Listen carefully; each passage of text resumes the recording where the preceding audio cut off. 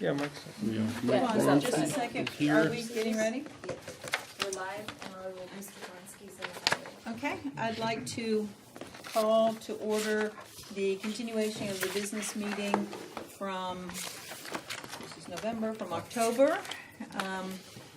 And we will be doing interviews for our committees. What else was I supposed to say? You talking about the notification that we had an notifications? executive session on. Oh, that's October right, that's right. What was it? 26. Oh, good, good. I would also like to make a public notification of an executive session that was held to discuss a personnel matter from 3:30 to 5 o'clock on October 26, 2018. And also, we're going to conduct our interviews now, but I'm just also, get all the notifications out, is there will also be an executive session held at 7 o'clock on the November 12th meeting to discuss a personnel matter. And there will be, and that will extend from 7 till 8:30, that executive session. So anyone who wants to come and be part of the open committee meetings, we're letting you know that that will not start until 8 p.m., which is, all right, 8:30, excuse me, 8:30. So, Well, doesn't the meeting start at 7? On, didn't it? it's executive session, Yeah, at 7. right. Okay. And 8:30 is when we should be Okay. out of executive Okay. session to have our meeting. And we will, of course, promulgate that on all of our media. Right. Okay. We should let everybody know that. Okay? All right. All right. And you can come up here. Our first candidate is Michael Gonski. It's not wired.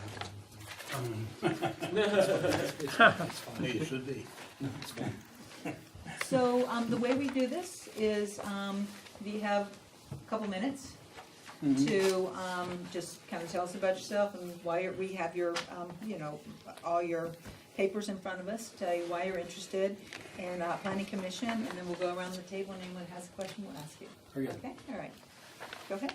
Okay, yeah, I wanted to be part of the planning commissioning, because I know what it really is. My perception was that probably there weren't people with my kind of a background on the planning commission.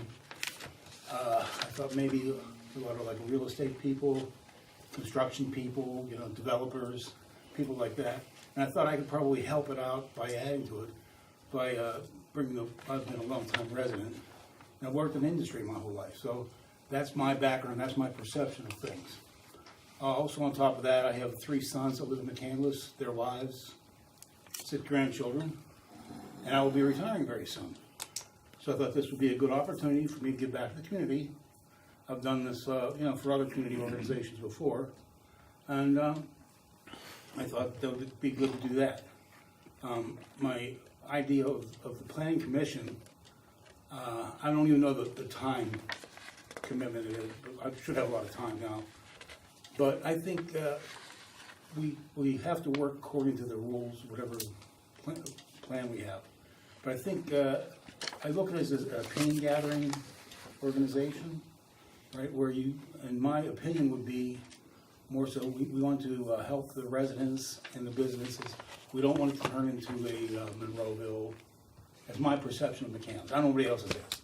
Okay, that is my perception of McCandless. It's primarily a residential community. It's, mostly North Park takes a big part of it. So you don't really. It's actually a pretty small community if you think about it. It's not as big as it looks on a map, And we want to work together, and I think it's important that people do this, give back to the community when they get the chance. And I'm getting that opportunity now, and if I get the position, that's good. If I don't get the position, if you decide it's fine, that's fine with me.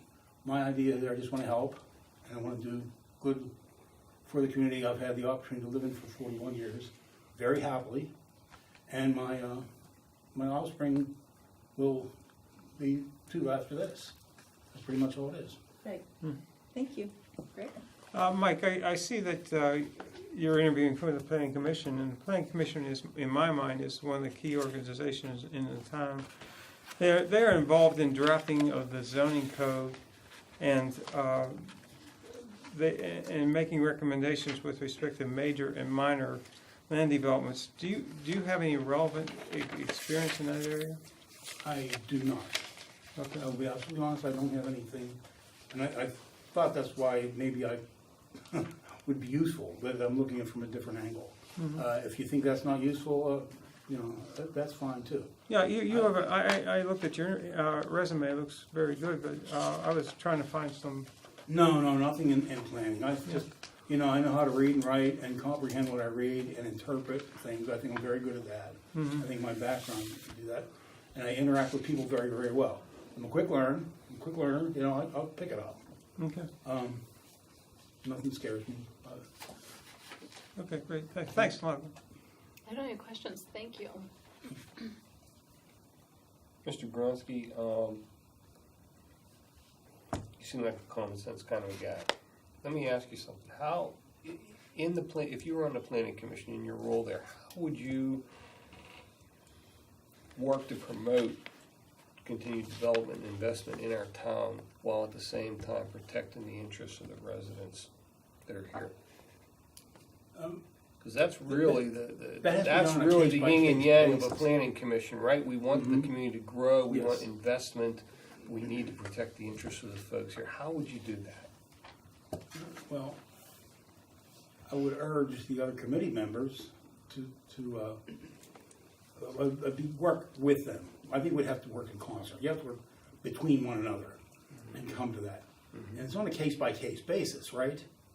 I don't know if it's true, but I think mostly developers and people that are putting up housing developments and big business developments like McCandless Crossing, they come to you first. Am I not right? And you take it, and that's what the Planning Commission's job is, to take that and evaluate it as far as sewage, water, electricity, environmental, all those things. Okay, and then they can talk with each other, and each person in the group, in the Planning Commission group, I would assume when they discuss these things, they have their own different perception of things, and they have some of them are experts in some area, and we have to defer to that. And that's how I would do it. Okay, I'd be very, very methodical about it, is what I would say. Okay? Very good. All right. That's all. Thank you. What do you feel are the key issues facing this planning commission? The key issues, I would think, is developing the land that we have without overdeveloping it. And they'll take, for instance, the Schrader Horn, right? That was a great development. I thought it was a great development at the time. But you have to look into the future. Something good's coming out of it now. I'm really happy to see that. Okay, and you have to be cognizant of the fact that these things are always changing. I've been in this town for 41 years. Most of the buildings, or most of the businesses that were here when I started aren't there anymore. But there are still businesses there. And I think you have to keep it open enough you can't get so tied up in one business. Okay, so one huge shopping mall. I think that would be something I would not want to see in McCandless. So like Ross Park Mall, I'd like to see smaller development to keep the character, okay, and service the residents of the community and the existing businesses of the community. Like I said, you don't want to see something really big take off and take over. That when it does fail or has to change hands, it can't do that. Okay, you want to have a resilient community. Okay, thank you. You done? Yes, Yeah. I'm sorry. That's right. Mr. Bronski, are you familiar with the Pennsylvania Municipal Planning Code? That's one of the governing documents on the of the planning committee. No, I am not. Okay. But, were you to become a member, that's something you ought to take a look at and understand. Let me ask you, just. Do you think I couldn't do that? I'm sure, Is it- I'm not suggesting you couldn't, No. I'm simply, I mean, I don't know how hard it is. No, I'm not being funny. not beyond your intelligence, I'm just saying that's something that would be worth Yes. taking a look at. I would hope everybody on there has already done that. Do you have any preconceived notions as to, on a sort of personal basis as to, with respect to interpreting? No, please don't even go there. I have no Interpret- preconceived notions. Well, can I ask the question? I appreciate the question. I didn't ask it yet. Okay, I'm sorry. I apologize. I'm not trying to tweak you, I'm just trying to ask a question. To interpret regulations in a way that would favor or disfavor certain kinds of developments, and I heard what you just said a few moments ago about larger developments, you'd be inclined to not want those here, right? Yeah, a single large development. Yes, that's right. Is there anything else that's in your wheelhouse that you would have attitudes one way or the other on? No, you have to go on a case-by-case Yeah. basis. I apologize. No, not at all, please, not. With the, occurrence. No, in no way was I trying to Okay. ask you a question to put you on the spot or anything like that. It was just take Oh, it, no, I- take it at face value, please. Okay, thank you very much, though. I have no questions. I have no questions either. Thank you so much for applying. You'll hear from us one way or the other. Thank you. Okay, thanks. Our next candidate is Lamar Williams. Sure. Sure.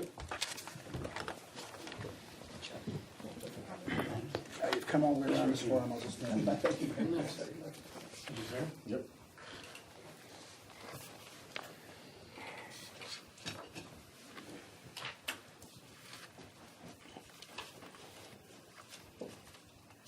Lamar's not here. Okay, well then let's, we'll keep moving forward. Jason, would you like to come up?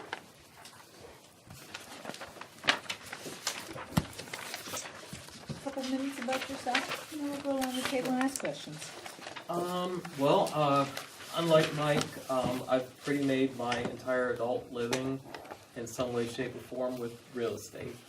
I got a real estate license 19 years ago. I worked at the Coldwell Banker right there in McCandless. About 5 or 6 years ago, I switched to Achieve Realty, which then became Bikert. We were in McCandless for, I think, the last 4 years, and we just moved to Pine, but we're still local in Wexford. I've also currently worked for the second largest residential builder in the area, so I am very familiar with the planning codes, how things have to be done. I don't work in the production department there, I work in the marketing department, but we do have to work hand in hand with the production department when we have new communities coming online, things of that nature. I've also served locally on other boards. I was actually the chairman of the board of directors at Vincentian Academy, also in McCandless. So I saw the posting come up for, unfortunately, serving out the remainder of that 1-year term on the planning board. I kind of missed volunteering at Vincentian because I reached my term limit there.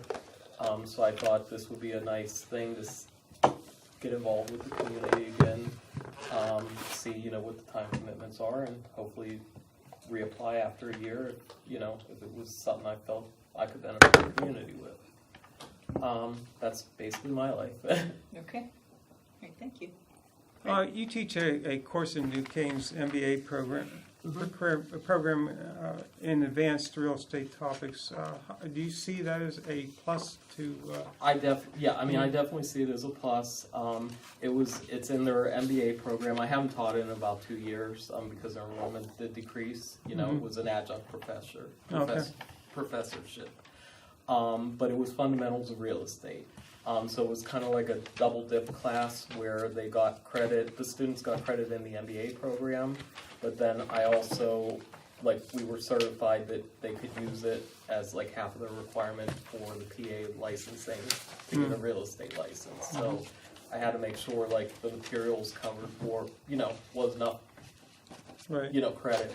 And a lot of the things in that class, to be honest with you, was land use development played a big role in it, ordinances, zoning, because it wasn't PA specific, it was just general real estate concepts. a lot of probably what would be used in this position, I did teach in the class. Okay, thank you. What would be your greatest strength that you bring to the group? It's probably my greatest strength and my greatest, weakness. I kind of have that Superman complex where I'm like, all right, we need to do it, let's do it. I'll just jump in and, get the job done, and I'm not afraid of a challenge or, obviously I work with others all the time too, but I think that's probably my greatest strength. I just have that like, let's just move ahead, let's do it, let's get it done attitude, so. Good, thank you. Mr. Moots, I see that the application came in here October 12th. Did our efforts with the zoning issues up at the Route 19 near your home, did that help to spur your interest in this position? Yeah, to be honest with you, It heightened your awareness. Yeah. So I'd like your advice on, so as a regulator, if you're on the planning commission, how would you maybe better work to balance the common interests versus individual interests? The rights of individuals to develop their property versus protecting the interests of the individuals adjacent to them? So are we talking balancing my personal interests as living on Montclair or just in general? In general, Okay. as a planning commission member, yes, sir. Okay. Yeah. So I mean, I think number one, like Mike said before me, if you really look at McCandless, it's more residential than business. Obviously, I'm pro-growth, I'm pro-development. Everything in my life, new construction homes, when you build shopping and things that people want in the area, it's good, it brings more families in. Believe me, I am pro-growth, but number one, above everything, I think that it needs to be responsible growth. I think Cranberry Township does a poor job with that. They just allow everything in, you get traffic nightmares, which I don't think the citizens of McCandless actually want, I think there's some really good ideas. I think like McCandless Crossing was a really nice mixed use project. I think there was some things that could have been maybe done even better in there, like adding more, there should have been maybe more residential in there, I feel. I feel some of the parking lots just don't make sense, some of the roads in there. So I think we were on like a good track there, and maybe it just needed to be really analyzed from like a citizen's perspective better, like what made sense. The other thing too, I really think is just from the Route 19 project. I think the citizens, you want to look from a citizen's perspective first. Yes, we do want to attract these businesses in. Yes, I'm sure we want tax dollars, but we have a lot of older neighborhoods. Will these developments improve the neighborhood, or is it going to cause more havoc on citizens? I mean, I know it's the council's decision with the sheets, to be honest with you. I'm pro-growth or pro-redevelopment of that corner. I don't know that a gas station is the right fit. A Panera, a Dunkin' Donuts, something like that, that I feel would be like, looking into things like that with what is needed in the community, not what's presented with us. That's helpful, thank you. Yeah. Thank you. I appreciate your suggestions, but you are aware that we don't have the opportunity to make the choice of what businesses come. Are you? I'm aware of that. Now, I think part of it too, if I might suggest, some of the other because I am a realtor and I am around the city and I am selling houses in other areas, I do think that we do have a choice in that to some extent. If you look at Brookline, the borough of Brookline came in, they redid Brookline Boulevard. The borough said, we're going to redo all the parking spots, we're going to add all these light fixtures, we're going to give 0% loans to the businesses on the street to fix up their front facades, the existing businesses, so it looks nice. We're going to go out and try and get these little mom and pop stores to open up cafes, restaurants, things like that. So I think with a comprehensive 5, 10, 15, 20-year plan that's well thought out and incentives to bring in the businesses we want, yes, I do believe we have control over who comes in. Well, Through- I'm I'm sorry. I'm listening to what you're saying, Brookline, using that as an example.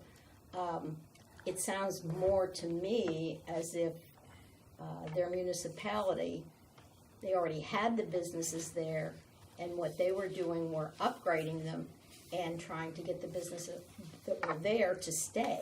It was a low, it wasn't a highly developed business area. Right, so basically what you're talking is apples and oranges. I mean, it's a completely different kind of municipality. Well, yeah, it is predominantly residential like McCandless with a couple small business areas like McCandless that had existing businesses that they also wanted to bring in new ones to grow. So if I'm looking at the area that we're talking about, where you're saying Sheets, how would you propose that we bring in businesses that you mentioned? I would have a 5, 10, 15, 20-year plan depending on budget. I feel like there should be a sidewalk, the entire stretch of 19 from the border with Ross all the way up to Cumberland. I don't think it's a bad idea I think most of the sidewalks down Cumberland to connect to the crossing. I think that's number one. I think improving street lighting with lampposts would be number two. I think you have some of these small businesses up there that obviously could use a facelift. You go to them and you say, hey, we will give you a 0% loan or a bond program, to fix up the front facade of your building. I think there probably is some traffic improvements that the borough or the town should take on, other than, a company like Sheets taking on. I think there's some common sense traffic flow issues that should be our responsibility. Paid for through taxes? Paid through Which through means your taxes would have to go up. I'm not opposed to, looking at ideas like that or applying for state grants, or I don't know what's out there because I'm not on the planning commission. I don't know, what's available right now, but I know PennDOT probably would help with some. There has to be some sort of state agency or somebody we could maybe even look at for growth. Okay, thank you. Mr. Boots, just following up on what you just said, does the character of what the municipality does it sort of convert the municipality from doing the things municipalities do to becoming a developer? Is that what I hear you saying? No, I mean, I don't think McCandless needs to build the strip mall or, build the buildings for a business to come in. I think a comprehensive plan and a comprehensive vision for an overall neighborhood or overall area would dictate what businesses you attract in there, I think, back in '85 when they created, let's say, that RC district, town council in '85 had a very clear vision of who they wanted up in that community, not big box stores, not a giant Ross Park Mall, smaller mom and pop businesses with restricted hours, restricted things. I think that's, what I'm talking about, looking at neighborhood by neighborhood, what would benefit the residents, what do the residents want here? I think walking sidewalks, for instance, in that neighborhood, better street lighting, I think that would draw in some of these other new businesses to want to go up there. Thank you. I have no further questions. Okay. Thank you very much. I have no questions.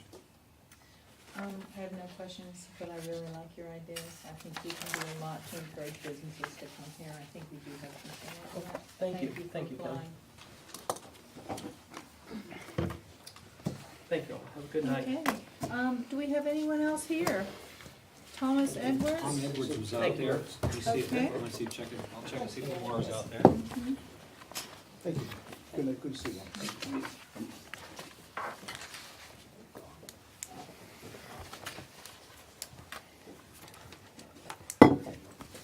Did we want to check before Thomas Edwards? Oh, the way I'm thinking about doing this when we do our nominations for all these committees, and tell me what you all think about this, but I was thinking about the liaison for each one of the committees making the nomination for that committee. Do you know what I mean? Like if it was for like library, then Joan would make that, or if it was for zoning, then Greg would make that.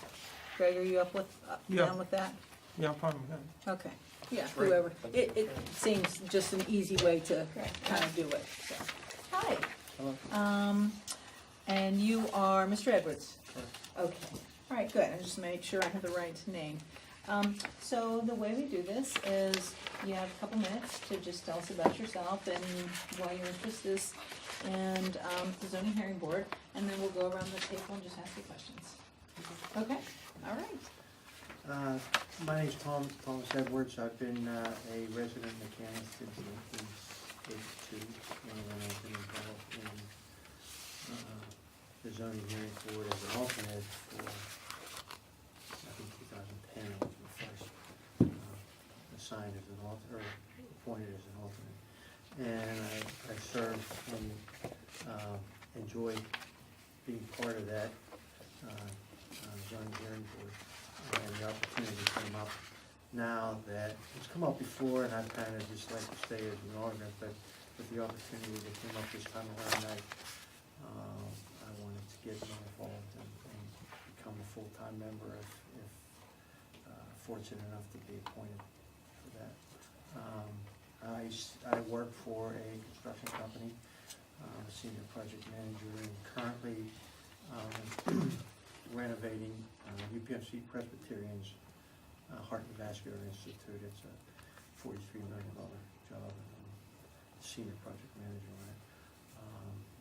on it. I spent a lifetime reading specifications and knowing what the rules are for building and working with different cities and communities throughout my career to make sure that we build things according to their plans. So I understand the zoning requirements and the planning requirements for that matter. But and I used to be a member of the American Association of American Arbitration Association, and I used to carry a real estate sales license, but I just turned 65. I want to put those things aside. So I'd like to continue with this, and that's why I've applied for one of the two spots that are open.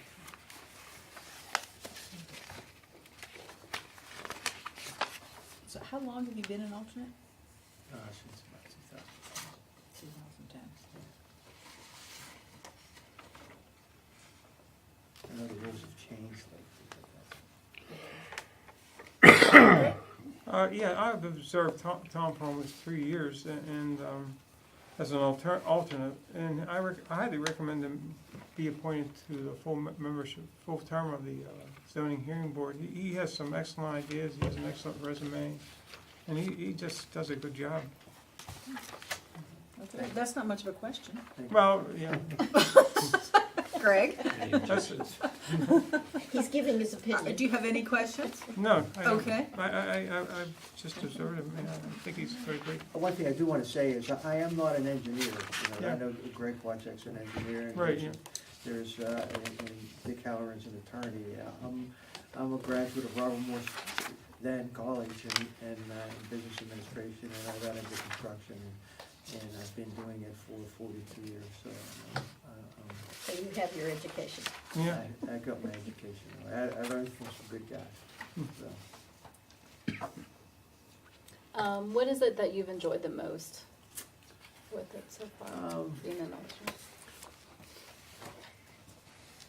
Well, being an alternate is a little tough because you're called a couple times a year, sometimes more, because some gentlemen have either moved or had to leave. So I've kind of, being the first alternate, I kind of fill in till a new person was appointed. But I enjoy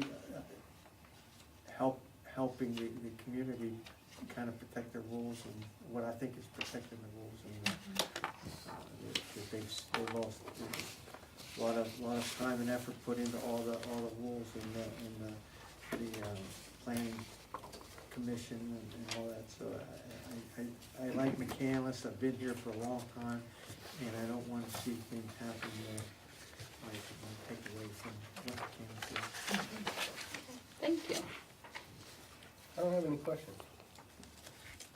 What criteria would you use to grant a variance?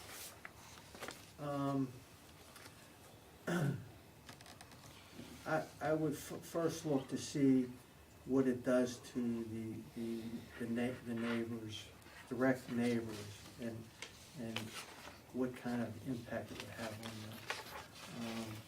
them. And we would look to see, we always look to see if somebody, if they get letters of approval, or not, approval is probably not the right word, but letters from the neighbors saying that, you know, they don't have a problem doing it. If there are cases where, and there have been some cases where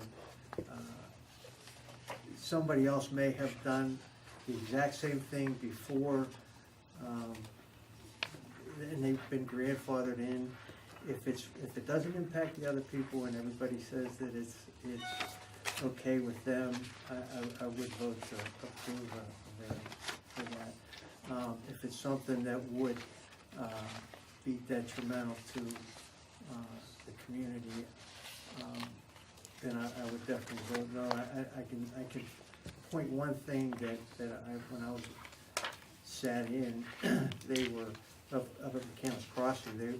They wanted to put some signs on the back of the wall that faced Cumberland, and we all kind of agreed that would be unfair to the neighbors across the road.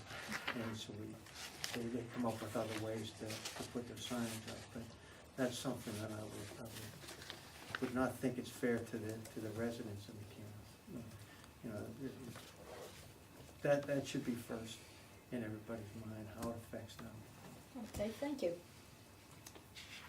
Hello, Tom. On your work on the zoning hearing board, as you've currently been involved, and you alluded to this a moment ago, there are times when, in the face of agreement by the neighbors about acquiescing to a condition, for lack of a better way to put it, the board will allow something. Are there limitations in your view on how far the board can go in relying upon the agreement of the immediate neighbors, for example, to do something? Well, yeah, I would say, I mean, you don't want it to get way out of hand that it looks really bad, because they might have something in mind too, that if they say it's okay to grant a variance for this person, then, you know, they may come back a month from now Ulterior and put the motives, same sort of. porch on their front yard. I think you have to weigh that with what it really does to that whole community, not just the people that are next door or across the road. But I did have occasion to, I agree with what, I'm not gonna make a comment on it, other than say that I agree with Greg's positive comments on you, because I was there when you were first became a member of the board. Thanks for the good job you've done. Thank you.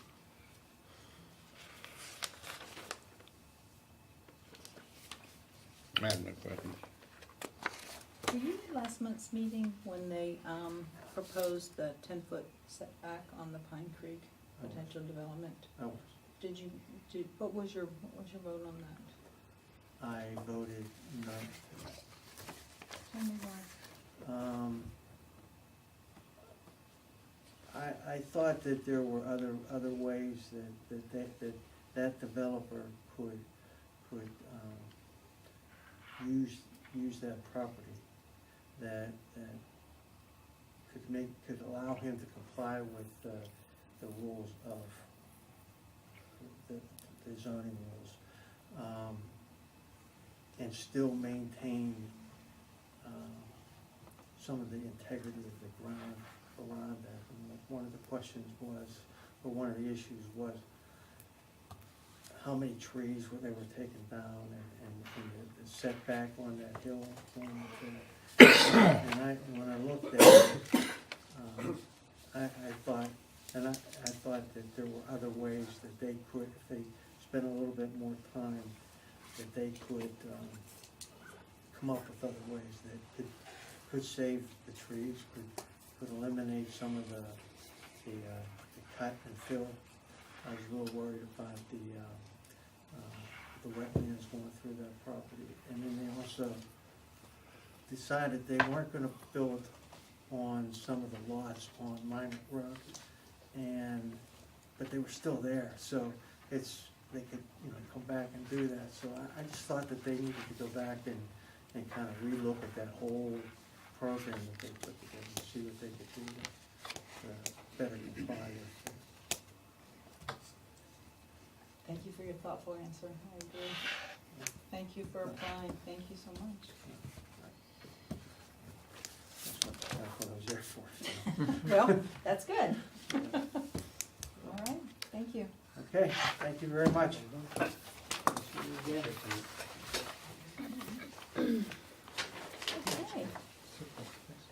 Thank you. so, Oh, he yeah, I canceled? know he did. Make them dance. Can you tell me your name, please? David Ombras. Okay, that's okay, because a couple of people have like not shown, and so I just want to make sure I got the right person, okay? So you're next. Come on up. So, the way this, hold on, let me make sure I'm getting all my notes in the right place here. Okay, hold on, let me finish with my last thing, and then so you got my full attention here. Okay, so the way this goes is we give you a minute or two, just kind of tell us about yourself and why you are applying for what you're applying for. And then we'll just go around and then, ask you a few questions if you have, okay? Okay, All right. David Ombres, I moved into the community in 2016, and started coming down to some of the council meetings, and really just want to get involved in the community more. That's really why I'm here. I just thought that I could give back to the community after having spent my life growing up in Pittsburgh, just throughout different neighborhoods. I never really got involved in local government, and I think now's a good time to do so. The time that I applied, I was doing real estate for Century 21. I've since taken a full-time job with Sprint, doing what my career has mostly been associated with, which is wireless sales to state, local, and federal agencies around the Western Pennsylvania territory. So I sent through my resume, or I guess I applied for the paperwork that I sent in. And I can provide an updated resume. I didn't bring one with me, I apologize. My background, but really I just want to get more involved in the community. I came to a couple of council member meetings, and somebody actually said, hey, why don't you get on the committees and get involved? I said, okay, we'll do. So that's why I applied. Good. Yeah. Okay, great. What questions can I answer? Okay, David, I just wonder, are you familiar with the McCann zoning code? Have you ever I'm not. taken? Okay, No. it's on the website. Have you sat in on any of the zoning hearing board meetings? Or? No, just the committee, just general sessions. The monthly, council yeah, council meetings, yeah.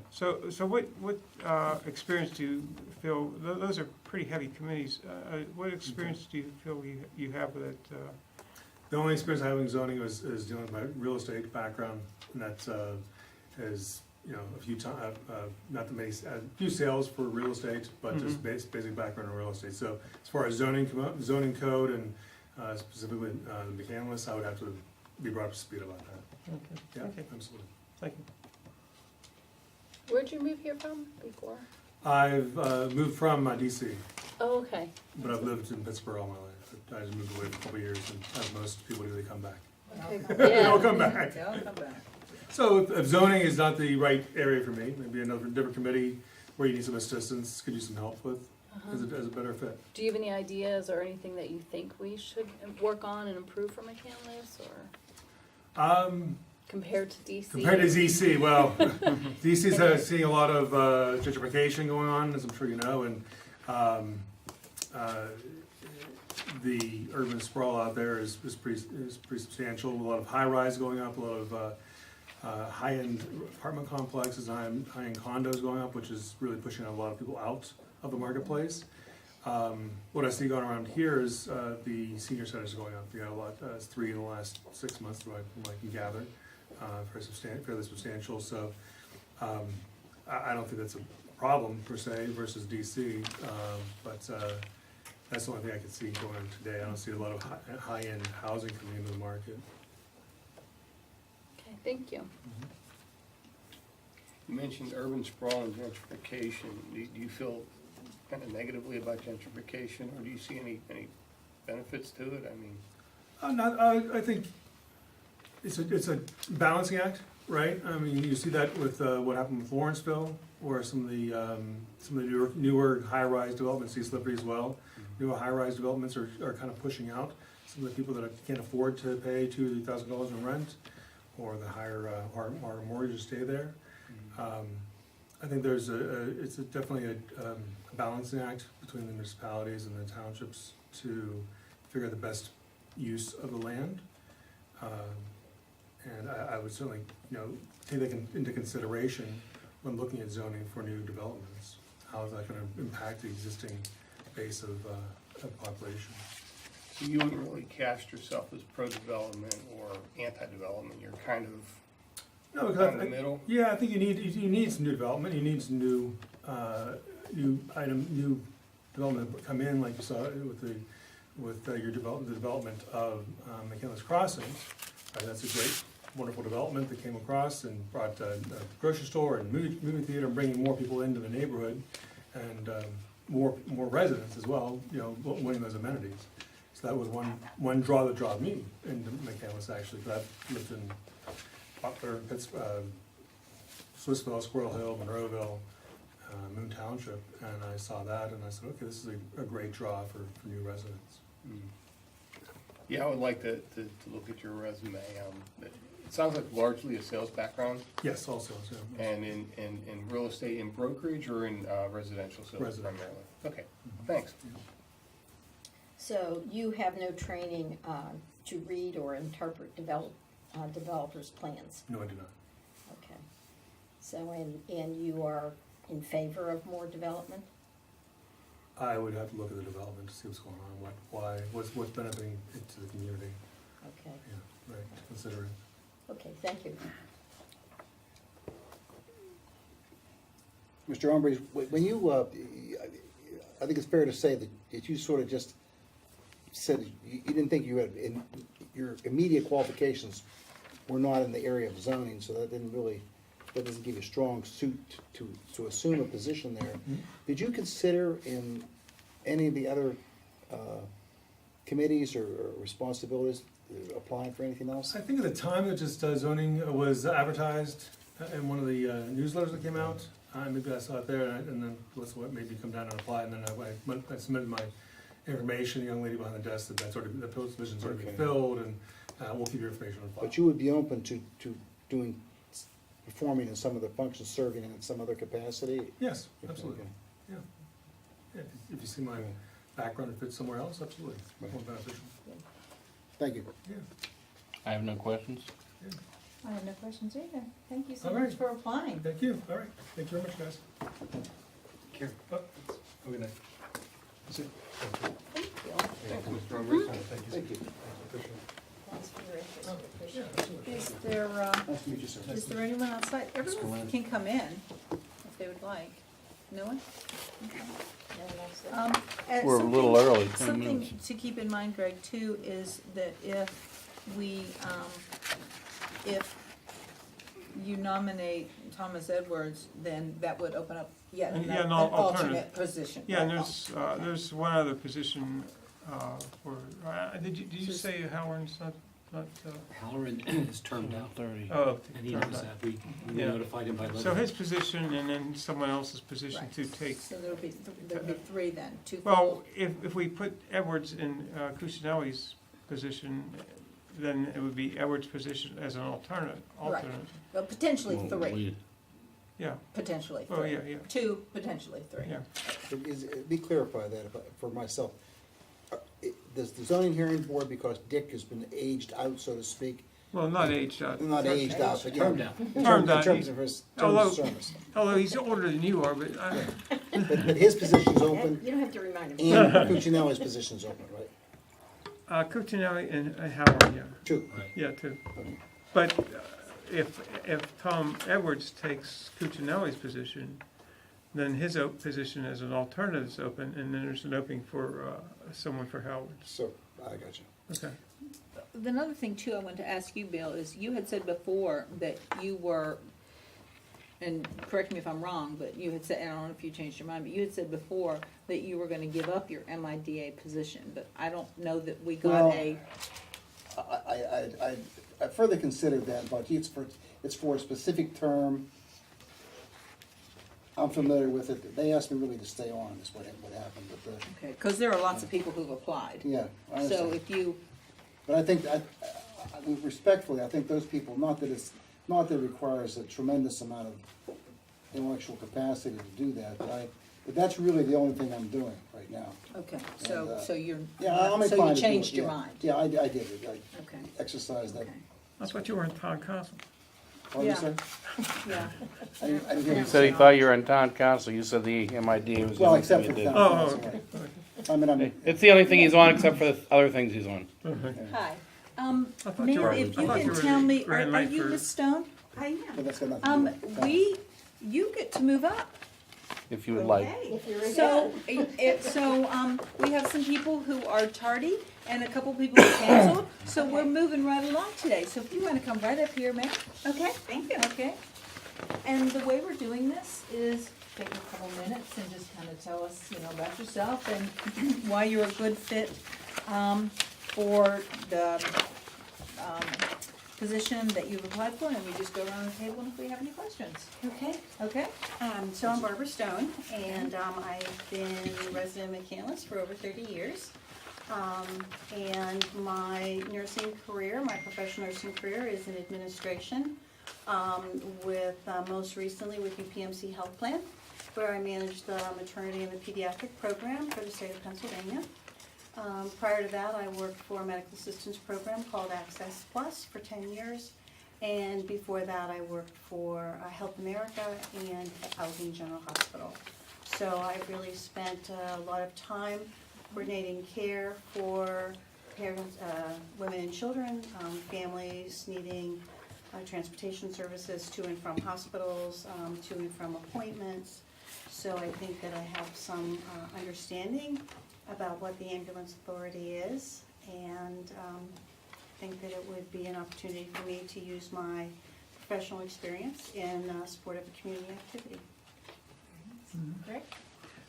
It says under the headings, it gives a caption on what the McAllen Franklin Park Ambulance Authority does, and it says because of its mission experience in healthcare field, in the healthcare field, is healthcare is an important, and you feel you have that. Is that I do, Yeah. I do.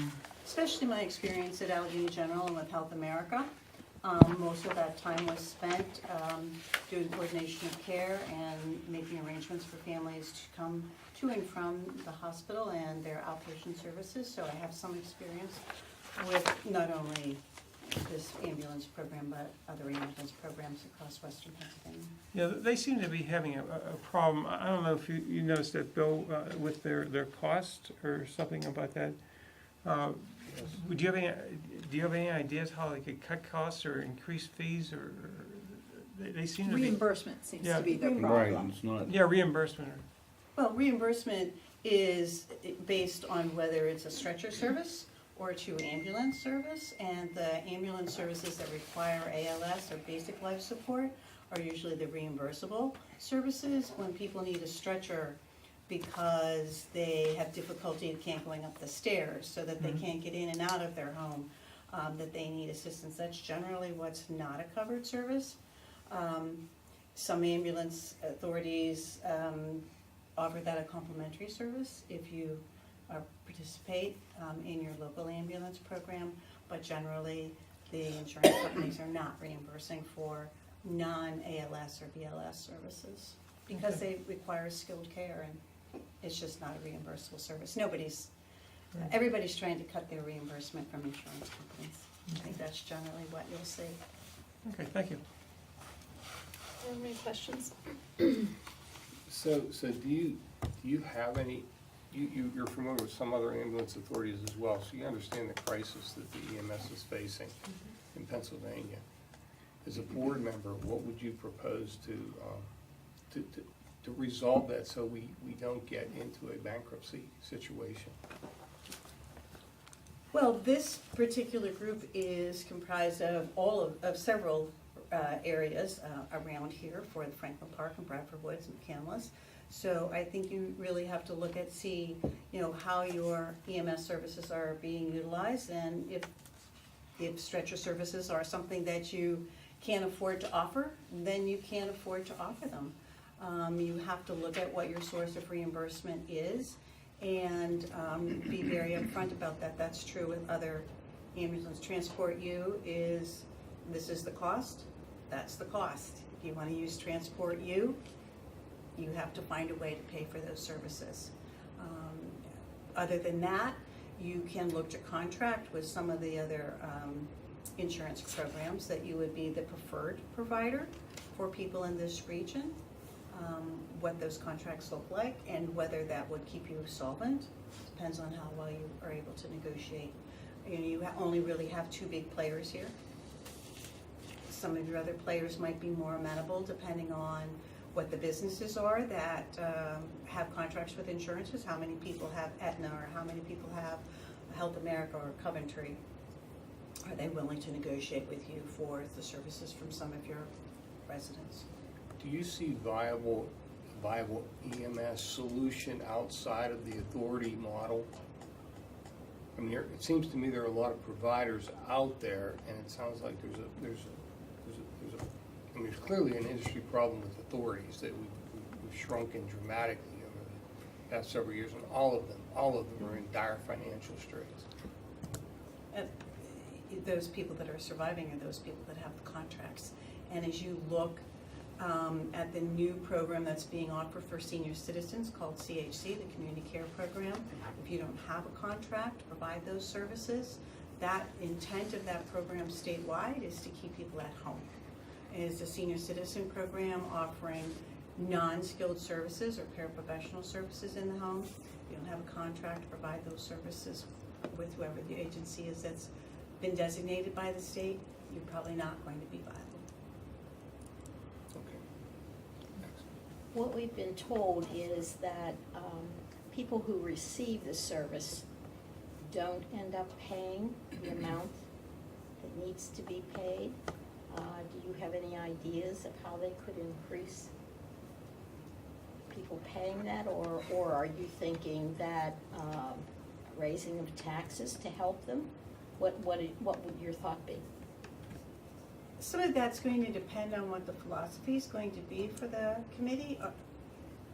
Are you going to charge the actual cost, or are you going to accept reimbursement based on what is available from the individuals?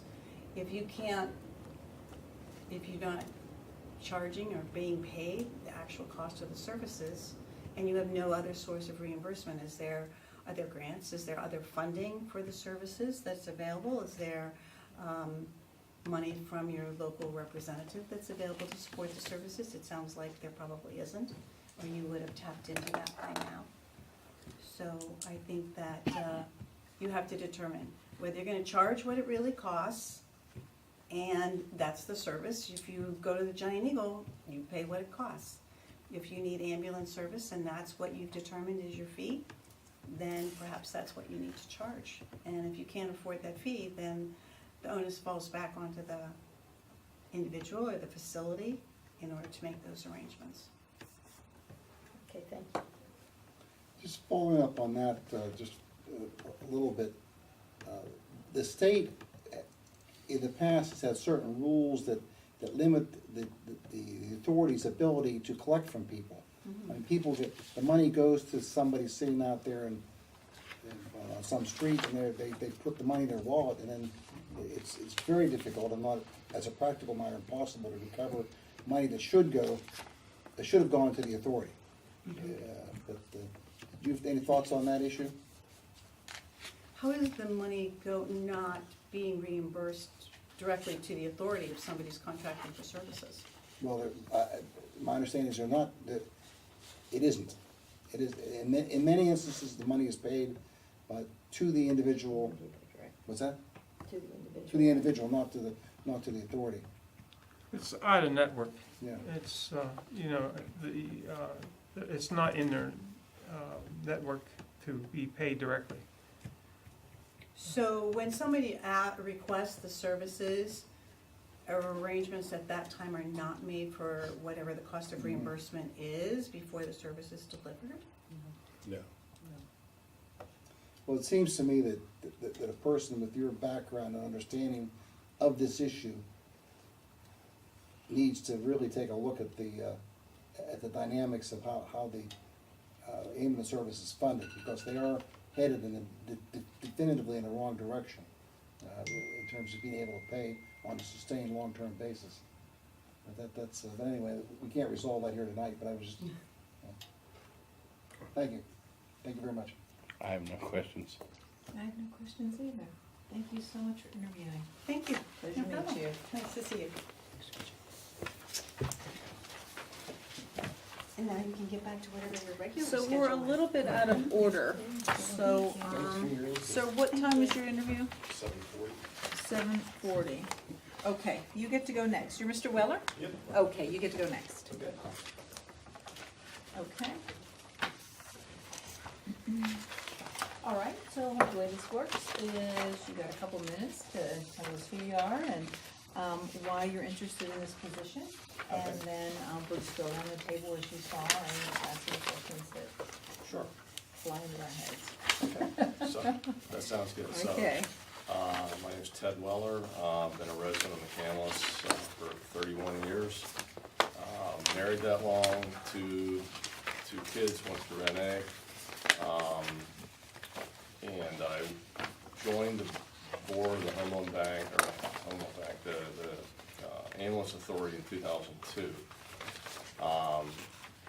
And just real briefly, my two daughters each have anaphylactic food allergies, so my wife is very involved when they were younger with that whole situation. She got to know some folks at the Ambulance Authority, and that's how I became involved with the Ambulance Authority back in '02. And I was on the board till 2011. And then I changed jobs in 2011. I took another board position in 2011, so I rolled off. I voluntarily left the board in 2011. And so now here we are 7 years later, and I just saw there was an opening, and I thought it'd be a nice opportunity to come back and rejoin the authority on the board. Thank you. So you were on the board of directors for the McCandless Franklin Park Ambulance Authority in Correct. 2002, and I think your resume says to 2011. Correct, You're 9 also, years. you're also a certified public accountant, which would probably help with some of our financial stuff. You count the money we don't have. Yeah, We would have- Right. ways to get it, you know. Yeah, that's, I don't have any further comments with this. Okay. I don't have any questions either. Mr. Weller,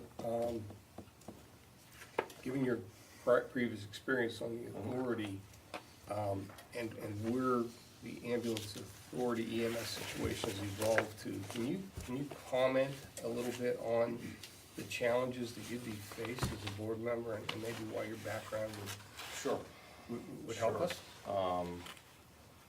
So obviously I've been away from the authority for a while, but I do know that there has some serious financial issues, and that is untenable. I mean, that can't go on forever.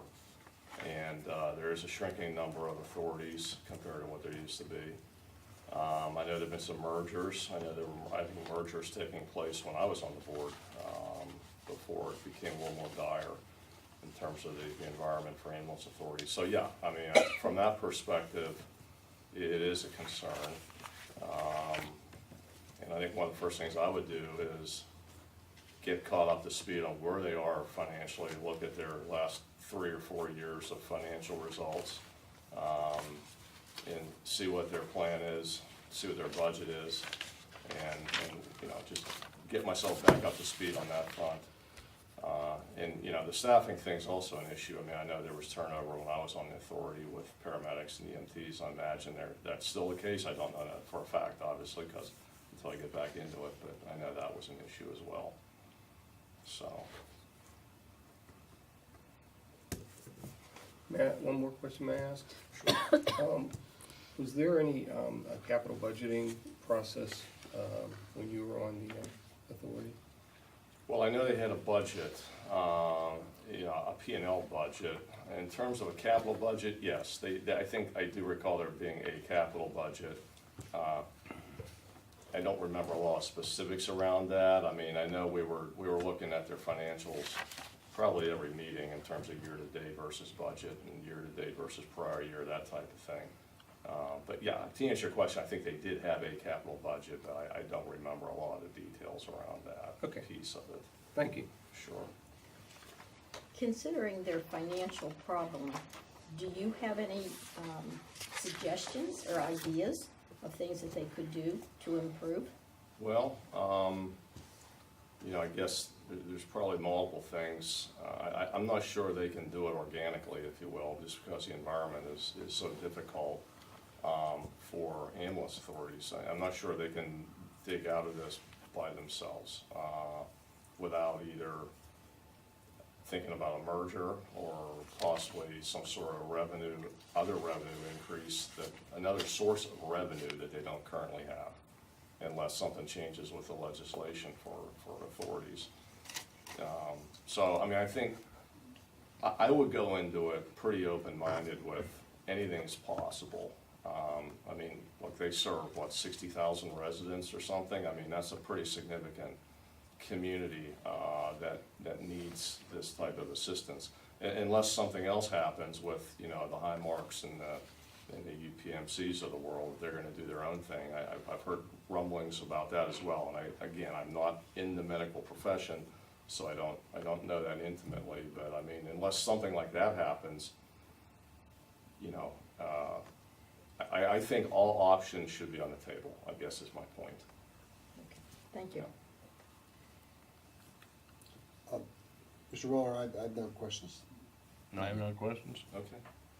I don't either. Thank you so much. Okay, great. We Thank you. appreciate you coming out. Thanks a lot. Thank All right, you. thanks for having me. All right, thank you. Thanks. All right. Thanks, thank you. Thank you. Thanks a lot. Thank you so Thank much. Dr. Venkat. Thank you. All right. Thank you so much. Thank you. All right, sure. Thanks for coming in. Thank you. All right, thanks. Good to meet you. Thank you. Okay.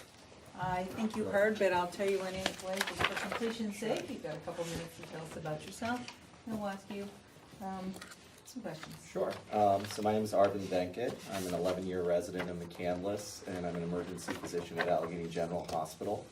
I applied to join the Ambulance Authority Board last year because I saw the opportunity to give back to the community that my family and I have really enjoyed being a part of. Over the past year, I was asked by members of this council as well as members of the Ambulance Authority Board to be part of their strategic planning committee for the last year. So I've been meeting with members of the Ambulance Authority Board and trying to contribute my background as an emergency physician who interfaces with the ambulance, with patients on a regular basis at Allegheny General, trying to address the challenges that the Ambulance Authority has. And so that's been a great learning process for me to learn the ins and outs of the Ambulance Authority. I think the other aspect of my background that might be of interest to the council is that I'm the president-elect of the Pennsylvania College of Emergency Physicians, which is the major emergency medicine organization in the state. And we were very much part of the advocacy process for two pieces of legislation that passed this year that will hopefully be beneficial to the Ambulance Authority. One is requiring that insurance companies be allowed to reimburse for non-transport of patients. So patients who have a condition that can be treated at the bedside, doesn't require transport to the emergency department. That's obviously beneficial to the patient, but there was no requirement in the state for payment and reimbursement of those services. My organization, along with a number of EMS organizations in the state, advocated on behalf of that, and that was signed into law by Governor Wolf. The other was the increase in Medicaid reimbursement rates for EMS transport, which was also part of the state budget. So hopefully what I bring and what I hopefully could bring to the ambulance authority is a medical background and background in advocacy, as well as now a year's experience in really working with members of the ambulance authority board and the leadership of the ambulance authority to try and advance this for the community. Okay, very good. So you say you've been interfacing with these, with the ambulance authority already? And you've gotten through been a part of getting through some of this legislation? Yeah, it's kind of two different parts. With the ambulance authority board, we've been meeting once a month, separate from the ambulance authority meetings itself and strategic planning meetings. So with Steve McInnes, Tim Butler as the administrative heads of the ambulance authority, along with members of the ambulance authority who were asked by Don Huber to kind of develop a strategic plan to address some of the challenges. I have heard some of the other candidates, and I totally agree with them. I think the challenge for EMS right now in this state is that there's a shortage of EMS personnel. There are challenges with reimbursement, and there's always going to be challenges with reimbursement with a service that is going to be there for all citizens, regardless of the ability to pay. Mm-hmm. And so that's really the bottom line of the challenges I think that the ambulance authority are facing. And then separately from that, in my other kind of hat as an advocate for emergency physicians, I've been working with the state legislature and the governor's office on some of the legislation that hopefully will benefit our citizens here in McCandless through the ambulance authority. Very good, thank you. I don't have any questions, thank you. I have a few, because I want to take advantage of your knowledge. Sure, absolutely. The first thing I want to say to Dr. Venkat is, personally, as the liaison to the ambulance authority, I've been disappointed that that strategic planning process has not involved the community leadership in any way. I suggested that with the dire financial situation, not involving them in that process, I thought was a mistake. Let me ask you, and our previous interviewee mentioned that all options should be on the table. I read an article in March that said we will be out of money. I've looked at the books too. We will be out of money in 5 years. All of the balance, all of the reserves will have been spent on over year losses in the hundreds of thousands of dollars. What in the world are we going to do? So first of all, I completely agree with you that this needs to be part of the public engagement on the strategic plan. I will tell you that the strategic planning process, despite having been working for a year, we're still very much in the infancy of it. And part of it is that there hasn't been the broader engagement with members of the ambulance authority. There have been few members who are very diligently involved and others who, we had a session on a Saturday about a month ago, and 2 members of the ambulance authority showed up beyond those who were involved with the ambulance authority board. I think there's an issue with engagement on the ambulance authority, and that needs to come down to the community level, because ultimately this is a public health service and needs to involve the public. My personal opinion is that EMS in this country and EMS in this state and then eventually in this community is going to have to come back into a municipal function. And I know that's putting a lot of burden on all of you as the township council, but I think it has to be viewed equivalently to what the police or the fire department is. We are in a situation where we have to provide ambulance services to our citizenry. There's no question about it. We're in a stronger position than other communities because we have a very advanced and well-regarded ambulance authority, and I think that's been shown by other communities asking us to be their ambulance service of choice, whether it's Bradford Woods or other communities. But I think that there are really 2 options. One is we can play the market game with Highmark and AHN moving into McCandless to see if that can help us with reimbursement for EMS services. But I personally think that is going to be a very challenging thing because UPMC and AHN are very well represented across the community. We can turn to our fellow citizens and say, look, this is the situation with the EMS agency. Just like you said, Mr. Kirk, we're losing money year over year, and it's clear that there's an accumulation of bad debt from lack of reimbursement. And so if this is an important service, like police services are or fire services are, I think we need to do what we can to be fiscally prudent and maximize revenues from reimbursement from payers. but I don't see any personal alternative beyond eventually this looking to be a municipal function. And I think that's been the case in other communities similar to ours. So Dr. Venkat, the ambulance authority was actually formed in 1977. Mhm. And prior to that, Mhm. I guess the ambulance services were basically, can you tell me, was it the hospital network? So, in the so if private you want to talk sector? about historically about EMS, I don't know about here in McCandless, because like I Yeah. said, I moved here 11 years ago. But Sure. I think, I mean, the development of emergency medical services in this country has really come about since the Vietnam War. Essentially, people came back from Vietnam and saw the advances in military medicine and the responses to trauma and the responses to critical medical conditions and said, we need to have the same thing here. Before then, it was largely a volunteer service. And unfortunately, in other communities, in rural communities here in Pennsylvania, it's going back in that direction because there's no revenue source, there's no source of payers. We live in a community here where we have a balance of payers between commercial, Medicare, Medicaid, and so there are outside revenue sources, but I think we're still faced with the issue that as long as this is a service, which it has to be, where if I call 911, someone is going to be there, and the bill comes afterwards. And I heard the candidate a couple of times before, there was a question about direct payment to patients. That happens in the emergency department too. And then it's up to that individual to then send the check in out of the goodness of their heart to the emergency department, the EMS. And that, I mean, we all know the psychology of that. It's not likely to be the case in that way. So historically, this was originally a volunteer function, then it became an authority function.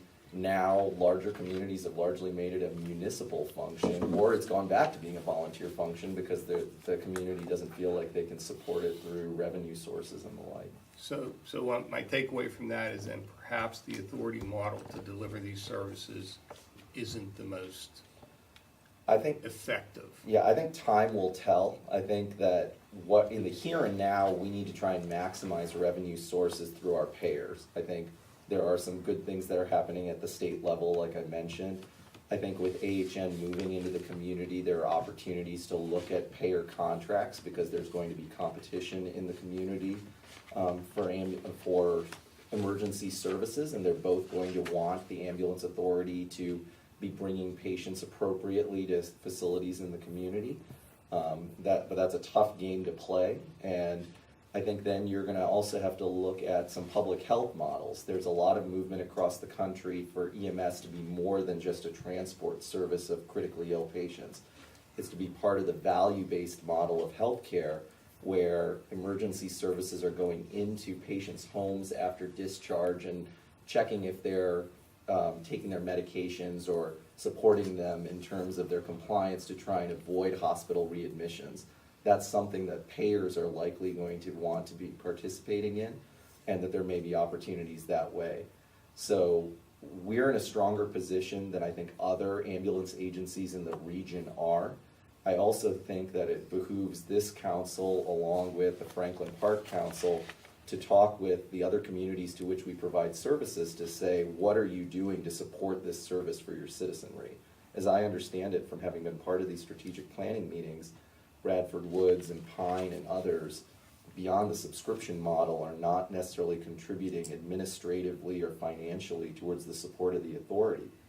And I'm all for kind of being a good citizen within our community, but if this is a vital service, it's not just a vital service for McCandless, it's a vital service for everybody who's involved with receiving EMS services. And I think that needs to be part of the discussion as well.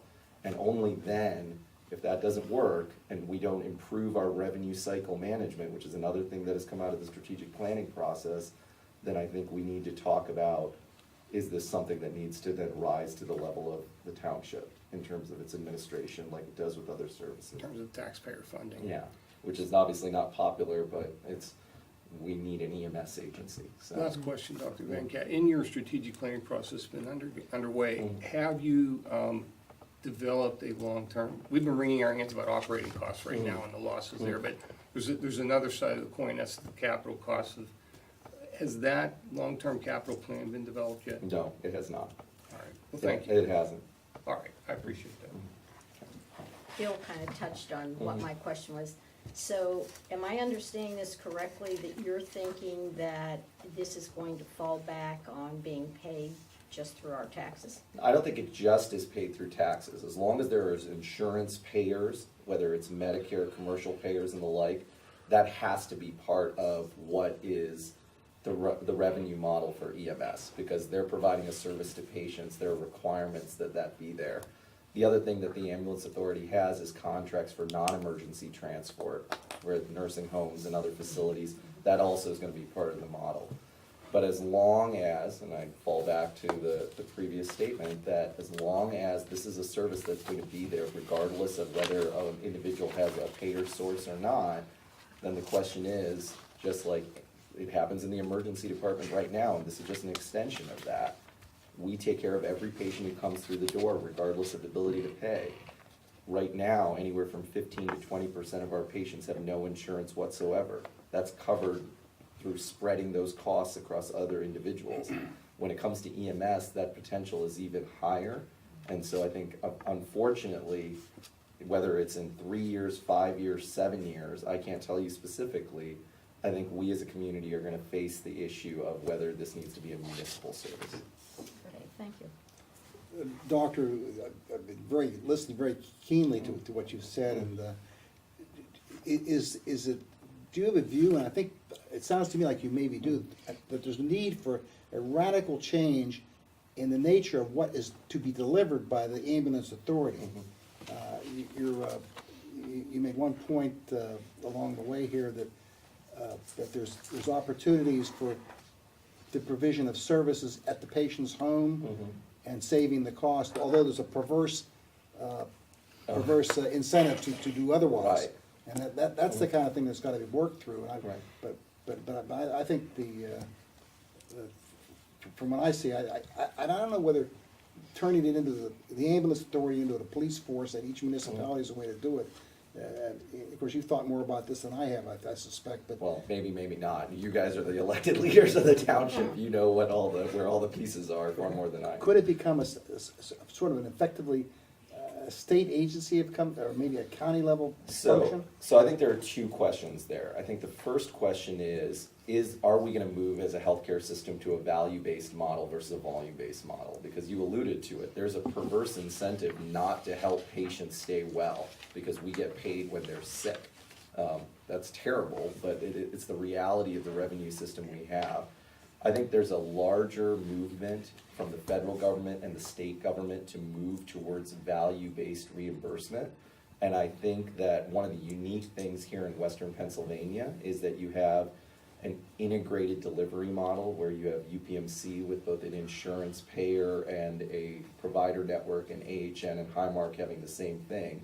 So they're both interested in trying to save money ahead of the expense for reactive medical care. So I don't think we in McCandless are gonna do this alone. I think what we need to do is be positioned to take advantage of that movement. And we're fortunate in this community because there's going to be a significant hospital and emergency department presence from both systems, that there's going to be a need on both sides to try and find a way to keep patients well and save money. And the question is can we participate in that and share in that revenue that's saved? And that's the key in the contracting process, and that's where all these models come in. It's not enough just to provide this service out of the goodness of our heart. We need to be sharing in the savings that go along with it. But I completely agree with you. We need to do more as an ambulance authority than just be transporting patients from their homes or from the nursing home to the next location. Thank you for your response, Doctor. I have no questions. You have a very nice recommendation here from Don Huber, who's the chair of that board in here, so very nice. I have no questions. Thank you. Thank you so much. Thank you very much. Appreciate it. Very nice to see you. Thanks. Thank you. Okay, Mr. Gedamy is a cancellation. Thank you very So much. you can scratch it. 7:30 appointment. City did not want to seek office. right, and also Who's the that? 9:10 But was David- also Miss canceled. Debbie's Academy, name. 7:30. Who was the other one? David Academy. 9:10 The 7:30 canceled and the 9:10. and the 9:10. He dropped Who do out? we have Dropped here? out. He dropped out? And Joe, is it 190? So Justin will be next on our list if there's no one outside. Double check and see if more show up. If not, Who else canceled, you said? What's that? Justin. At 9:10, who canceled? Go law. Okay, he canceled at 9:10. Sounded like, yeah. That's right. Was there only one person that dropped out, or did he say there's two? So are there three that canceled? Who's the other one? Because Michael Get a Downey me canceled and then, too. and now Downey, what, just missed his appointment or canceled his appointment I or? think they said he canceled. Or he's done, he doesn't want it or I he don't know. canceled? I don't know. They just said he canceled. Downey. Mm-hmm. He said that he wasn't here. Right, he said he canceled his appointment, They but just we said don't know if that Denny means he doesn't and wanna. Lauer canceled. I didn't hear him say Downey. Yeah, they said Downey it at the earlier. beginning. Oh, did he? Mhm. Who else did you say you thought canceled the joint? Lauer, Gedemy and Lauer, the bottom, 9:10. right here. Right, the hour. Oh, he canceled too. And 7:30 canceled. Get him, he Get 'em, already yeah, have that that way. been written down, yep. Okay. Where did Kim go? Where did Toby go? They gave up. They quit. Are we done? All right. They're having their own private meetings. I thought they were looking to see if anyone was in the hallway. Does anyone have a highlighter on them? I do. Thank you.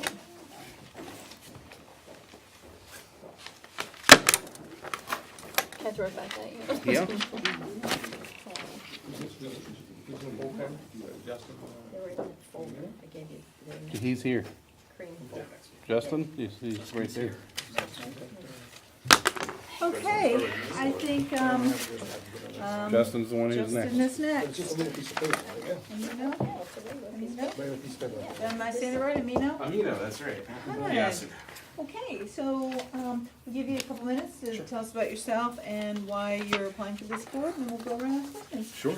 So thank you so much. So just to be clear, I'm not applying for the ambulance board because I have zero knowledge on medical or ambulance issues. So That You was ought too to much have a lot more information. knowledge than yeah, I that. did actually from the last speaker. I was like, You should apply. This says Planning Commission and Personnel Board. yeah, Planning Commission, Personnel Board. So Justin and I've been here since 2014. My wife and I live over in Ingomar. We have a 2.5-year-old boy who, and I apologize, I had to do a quick change out of a suit and tie into a blazer and shirt, and mashed potatoes is on the menu, and it was on me as well this evening, so things went flying. So I appreciate your flexibility in my attire. In terms of my background, I've been a project manager or program manager for almost 20 years, and the majority of that background has been cut between the private and corporate sector, and then also government, as a government contractor. I started my career off at Verizon Wireless in project management, more specifically with the workforce development, so it's surrounding human resources. My core group was the business-to-business sales and service side of the house, as well as the federal accounts division. So with business-to-business sales and service side, it was organizational structure changes, personnel efficiencies. This is when Bell Atlantic Mobile was in this area, right before it became Verizon Wireless. I helped them move into Verizon Wireless territory as far as with the corporate structure.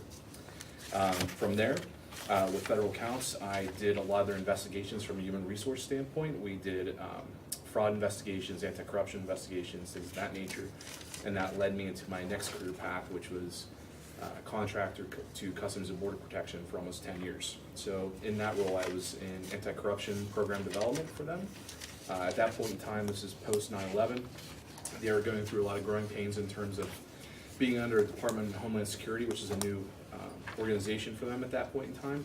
They had a lot of personnel challenges. They had the highest turnover in any federal law enforcement agency at that point. Most of that reason was due to corruption. So they brought in several outside contractors for the initial work. I was one of the three. Helped them get into an initial anti-corruption program, and then later on got into is a little bit more detailed forensic interviewing piece, and that was more specifically with partnership with DOD. Did that through 2009 going into 2010. As far as that particular program within the anti-corruption, I had a lot of contract investigations that I would do. I became a certified forensic interviewer with the DOD and with Customs and Border Protection. Federal law enforcement was a unique egg because I made a lot of personnel recommendations based upon that, a lot of human resources recommendations based upon findings that we had throughout that program. And that went on in through 2011.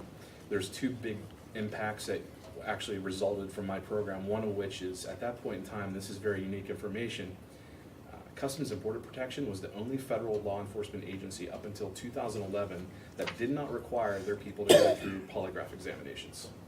So think about that for a moment.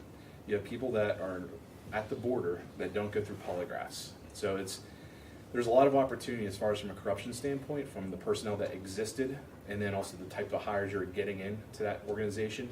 So I helped really establish that program, and that was my big feather in my cap as far as with that piece of work. From that point in time, moved into U.S. Steel, and so with U.S. Steel, I worked specifically with changing their plants over as far as from a computer system standpoint, and also doing the investigations of their intrusions from outside sources and outside agents. So for instance, U.S. Steel, I'm sure you may remember from the news, they had some China aggressions as far as they were hacked by China, as far as trying to find out trade secrets, pricing, things of that nature. As part of the forensic team that came in afterwards as a contractor to understand where the faults were and how we can rectify that both from a systems and personnel standpoint. One of the turnkey reports from that was strongly suggesting they close the Slovenia plant because it was essentially a security nightmare on many different aspects, especially via the personnel. What was that last recommendation, to do what? To close down the Slovenia plant. Oh, Slovenia. Yeah. Okay. Sure. And then more recently is with PNC, with Enterprise Third Party Management. Serbia, you meant Serbia. Serbia. Apologize, because I was in Slovenia. That's right, I mean, that's what confused me. Yeah. And then with PNC more recently with Enterprise Third Party Management, and then Duquesne Light and all HR type of functions, corporate and organizational change. So a large portion of my work has been focused in those areas. Sorry, that's a lot to take in. Yeah, and we have we have this here. Yeah. Greg? Yeah, you have a Justin, you question? seem like you're more qualified for the Personnel Board than the Planning Commission. I mean, the Planning Commission is in looking at zoning codes and land development plans. More recently, my experience has been in that area, specifically with Duquesne Light. I've been in a lot of their IT operations with their zonings, with their plannings, with the construction and buildings and permittings. So that's, I just put my hat in the ring for that, quite frankly, but I was really passionate about the Personnel Board. Okay, yeah.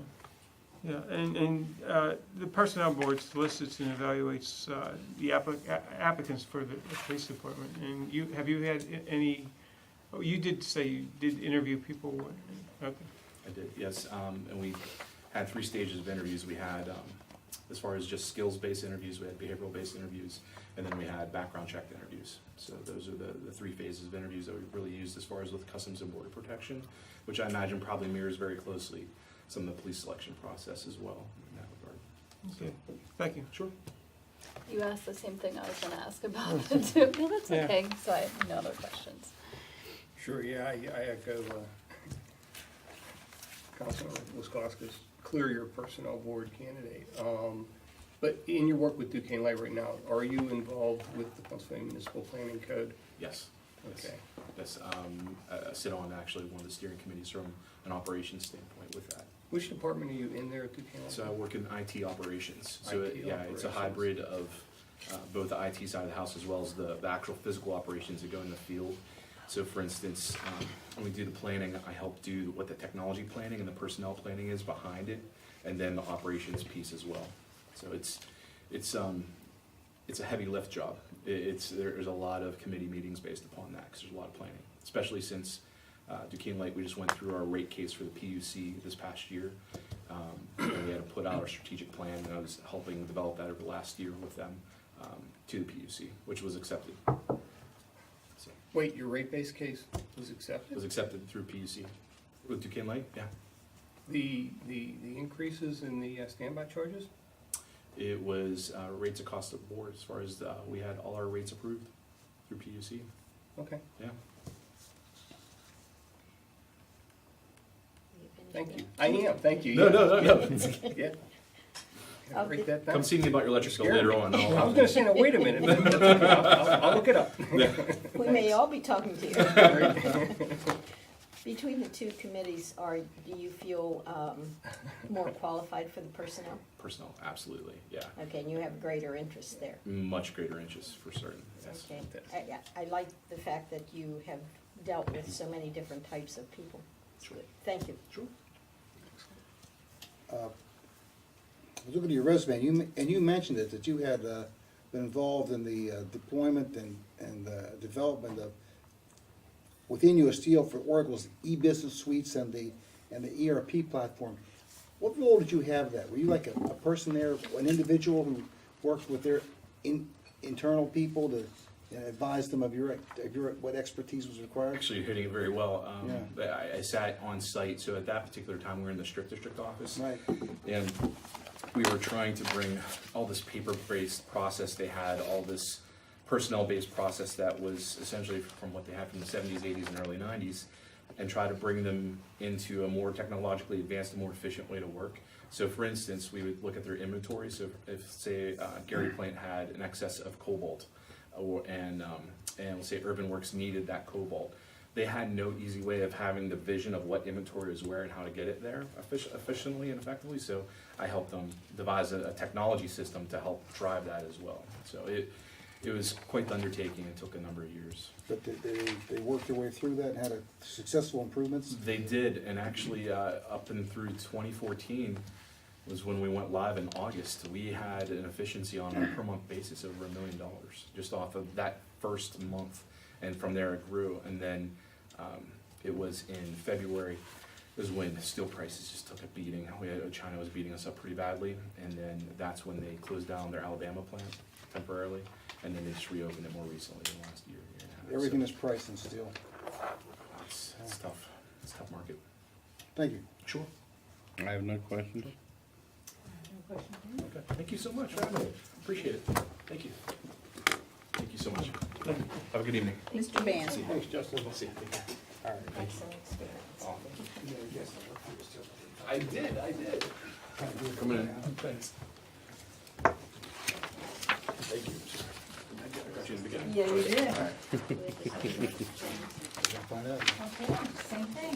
Good evening. Good evening. After listening to my predecessor here, I'm at a loss to Excuse me, your name first? Jim Band. Band. Mr. Band. I'm sorry. Thank you. I'm most interested in the personnel position as well. However, after listening to the gentleman who just spoke, who has a much more detailed resume than I do, my personnel experience tended to be much more high level from a management perspective. It was designing incentive compensation programs, performance quality criteria, measuring personnel against those things, designing compensation programs, and all of this in conjunction with the HR people at the various companies where I worked, starting with Mellon Bank back in the 70s up and through 2005, where I managed a business for them. Same story with Key Bank and Transcentra. All of those were startup businesses for those organizations, where I participated in the creation of the business model, and all of the criteria that defined the people who were going to fill those roles, recruited, interviewed, set the performance standards, performed corrective action where required. Occasionally there were terminations involved, people who didn't meet the planning criteria or other incidents that may have happened at the time. But all of this was in conjunction with the HR people at those organizations. Again, the earlier gentleman's resume was much more detailed in terms of the kinds of things that he did there. So basically that's what I have to tell you, is those are the kinds of things that I did, working in conjunction with the legal departments and the HR departments and so forth. The other position that I expressed an interest in, first of all, let me back up a second because I jumped into that way too quickly. My wife and I have been residents of McCandless since 1972. We've lived here all of our lives, raised our family here. The kids went to North Allegheny and so forth. And I retired about 3 years ago and have always wanted to find a way to kind of support the township where I've lived, my whole adult life. So after coming out of the military, I met my wife here. We settled here, and I went to school at the University of Pittsburgh, and I've been looking for an opportunity to work with the township. The other position that I was interested in, and this is kind of, well, maybe it's appropriate, maybe it's not. I was very involved with this whole situation around Sheets, which I know all of you have been way more involved in than I have. But that kind of drew me into the whole zoning situation, and I was very interested in that. And that kind of led me to seek a position with the zoning folks. I have no background in zoning. I looked at the act today and have tried to go through it, and I'm certainly no expert on that. But I would imagine that with the help of the legal department, the other people on the zoning board, Greg, yourself, I think I could probably pick that up and be a very objective member of that commission in terms of reviewing zoning requests and so forth. Okay. So that's really all I have to offer. I'm sorry my resume is so skimpy. That's what I have to offer. Okay. What human resource experiences do you have in particular?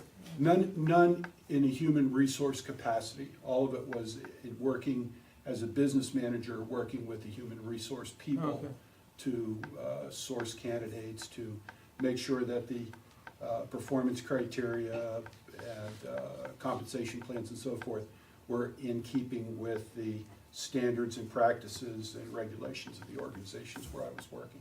Okay, thank you. So of the two boards, which one would you prefer to be? Well, walking in the door, personnel would have been much more interesting, but frankly, listening to the previous candidate, I think he's a lot more qualified than I am, and I would certainly admit to that. But I would still be interested in serving on either one of those two boards. If I would be the most successful candidate, I would very much enjoy that. Let me do a follow-up question. For the zoning hearing board, have you attended any of their hearings? No, I have not. Okay. All right. Yeah. Alan Trucco is the zoning hearing board attorney, and he's very good, and I just wondered if you had a chance to observe him. I have not, Okay. but I would certainly welcome the opportunity. Again, when I look at these positions, especially the one on the zoning hearing board, intuitively you know that you're going to be doing a lot of work with council in terms of defining how the regulations work and so forth. Right. Beyond that, that's what I bring to the table, is the ability to absorb this quickly, listen to both sides of an argument, hopefully make a rational decision based on what's best for the individuals in the township, and go from there. Okay, thank you. I'm sorry. Oh, you're fine, thanks. I read your resume. Would I be accurate to characterize you kind of as a banker, a banking industry person? Yes. That's what I got from it. As close as it comes. Most of the work that I did while I worked for a bank or for the company called Transcentra, our clients were all banks. So in all the years that I worked as a banker, I never waited on a retail customer or a commercial customer. The treasury management group that I operated and ran for Mellon for quite some time had some very large and sophisticated clients, starting with the United States Treasury Department, where we did a lot of treasury management kind of work for them, collecting receivables of taxes, dispersing benefits checks to Social Security recipients. We did a lot of collection work for the ATF, customs, patent and trademark. Those were all clients of the group that I managed, the team that I managed. So I spent a lot of time with the Treasury Department people in Washington. So in your career, in your background, have you ever had the opportunity to serve in a judicial adjudicating role? The zoning hearing board is a quasi-judicial hearing board, and I'm just wondering if you have any background in that you can share with us? None. Okay. None that I could share. Okay. Well, thank you. So what you're telling us is you really don't have any knowledge of the municipal planning code? That's correct. Okay, so then what criteria would you use to grant variances?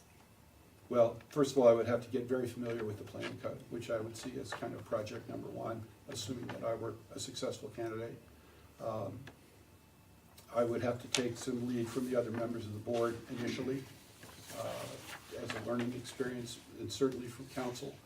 But I would expect to absorb that very quickly, and be able to take those lessons to heart, understanding what the goals and objectives are of both the appellant or the person who's making the application, and what the township's needs and requirements are on them. Okay, thank you.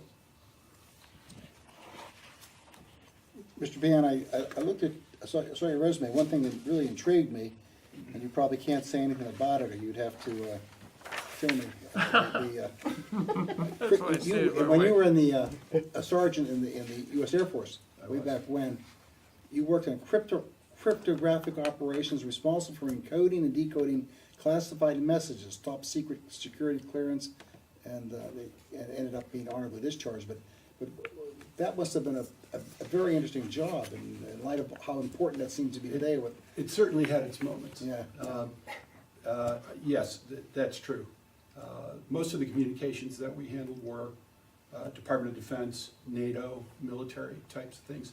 I was actually attached to President Nixon's staff for several days when he was in the UK, handling the top secret class communications between him and while he was in London and the Department of Defense and people back in the States. Well, I just mentioned it in passing. It's really not germane to what you're applying for, but it's. No, but you know, there's been a lot of talk about security breaches and such over the last few years. Right. I had a top secret, I had a security clearance that was above top secret, and that's not granted to everybody. So I put that down there because I think that it was an achievement that I'm just very proud of. Well, I agree with that. Thank you. I have no questions. Nor do I. Thank you so much for applying. Thank you. Thank you all, I appreciate it. Looked like you had a very good candidate for HR personnel. I'm sorry I didn't bring more to the table. Did he send you in to talk about that? No, but I sat in the back and I was very, very impressed. Well, it's very gracious of you to give him such high marks when you're competing for the same position. You're the folks who make the decision, but I'll tell you, I was impressed with what he had to say. Yeah. So I know how I would vote on that one. Mr. Owanogi. Thanks, Carol. So nice to meet you. Nice to meet you. Have you met him in the past? Knocking out your self-confidence. No, you know what? You just said I his have a name lot more of confidently. self-confidence, You but I normally don't say have names that are background different. yet. I've been practicing for like the last 10 minutes. Because I'm very bad with pronouncing names. Thanks for So- coming in. All right, the way we'll do this is we'll give you 2 minutes to kind of tell us about yourself and why you think you're a good fit for these positions, and then we'll ask you a question. Okay? Hi, my name is Joseph Elewanoni. Name is a very long name. You can just kind of think of it like elbow macaroni sound. So I'm probably one of the newest people to the community. We just moved here July of this year, so from the Boston area, and myself and my wife and 2 daughters, we're going to Hossack Elementary, and I haven't really participated in any kind of political or city or township council before, so I'm fairly new, or very new to in any form of participation. So, you know, I would probably say even maybe in political, political organization overall. I'm just completely new to it. But originally, I'm from Nigeria. Immigrated to the States in 1985. Went to Syracuse University, and I have been working primarily in the property management companies, various ones. The one I'm working with right now is called Beacon Communities. We just acquired another property management company with Twin in the Pittsburgh area, NDC Real Estate, which has been here since the 70s. So that's why I transferred from the Boston area to this. I'm responsible for the operations of 57 communities, ranging from Western PA, Maryland, Ohio, West Virginia, Kentucky, so it keeps me fairly busy. So that's, in terms of, I think I applied for a couple of positions, the zoning and the planning. Between my company, my company acquires communities and also like develop properties. So I think the one we are working on right now is a community in the Negley area of Pittsburgh. It's an old synagogue that we are going to be converting into like affordable housing. We are mostly in the affordable housing business. So I've been primarily involved as part of the operations when they acquire and they're trying to develop communities. I sit in the planning meeting to make sure like the communities they're developing is going to be properly managed and properly maintained, which is usually what a lot of developments ends up like. It's easy to develop a place and develop communities. Is maintaining the community that in the long run that's really going to benefit the community and is what is going to sustain it and keep it at a high level for a very long period of time. So if you know the history of like Pureit Eagle in the 1950, St. Louis, I don't know if you guys know, this is when affordable housing was just starting, and they built these high rises for low income people, and then they put them in these communities, and then they didn't allocate them any money in the budget for maintaining these properties, and as a result, these huge communities with like almost 1,000 apartments eventually just become like completely derelict, and they had to like tear them down. So I'm usually involved in the planning of communities, and also like in terms of dealing with city code enforcement officers when properties are involved, and also interacting with our residents, in terms of resolving issues, and so those are the kind of things I've done in the past. You don't deal with any of the planning commissions, do you? You don't get involved in that level where they actually submitting site plans to a planning commission? I don't deal directly with the planning commission, but I work in the background to prepare some of the documents that get submitted to the planning commission. So you prepare some of the documents, and then someone else takes them and goes. Exactly. So it's okay. Yes, development team. I meet with the development team if there are like issues. So like we have development in Erie, for example, on redevelopment of some high rises. So I sit in it between the development team to come up with, how best to redesign and whatever. When you say redesign, you mean what type of construction material to put in there, or? Yeah, like so. Like we have a high rise in Erie that is 15 stories, and we are going to be changing some of the parking lots. So like making sure like the number of parking spaces still meets, the code and meets the requirements of that. The construction code. Yes. Yeah. Okay. Yeah. And so that's why you have UCC down there. You have UC. Yeah. Okay. Yeah.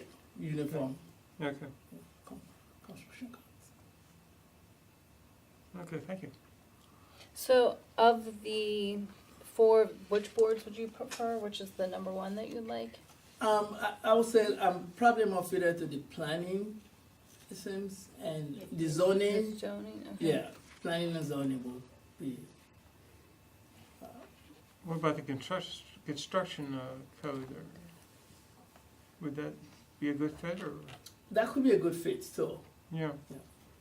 That could be a good fit because I'm a lot more into that in terms of my Material. day-to-day meetings. Yeah. Yeah. So I know I put in for a lot of it in terms of like international building code and all that kind of stuff. Those are things I have to deal with on a regular basis. Did we get something wrong? But it's not, Because he said personnel or my planning company commission. is not He just said planning commission. involved in these communities. Right. You know, we are mostly, right now, like But he most of our didn't have it on his developments are thing, it was completely personnel outside of board. this community. He didn't have planning That's commission in on other his. states. You're right. It's- Right.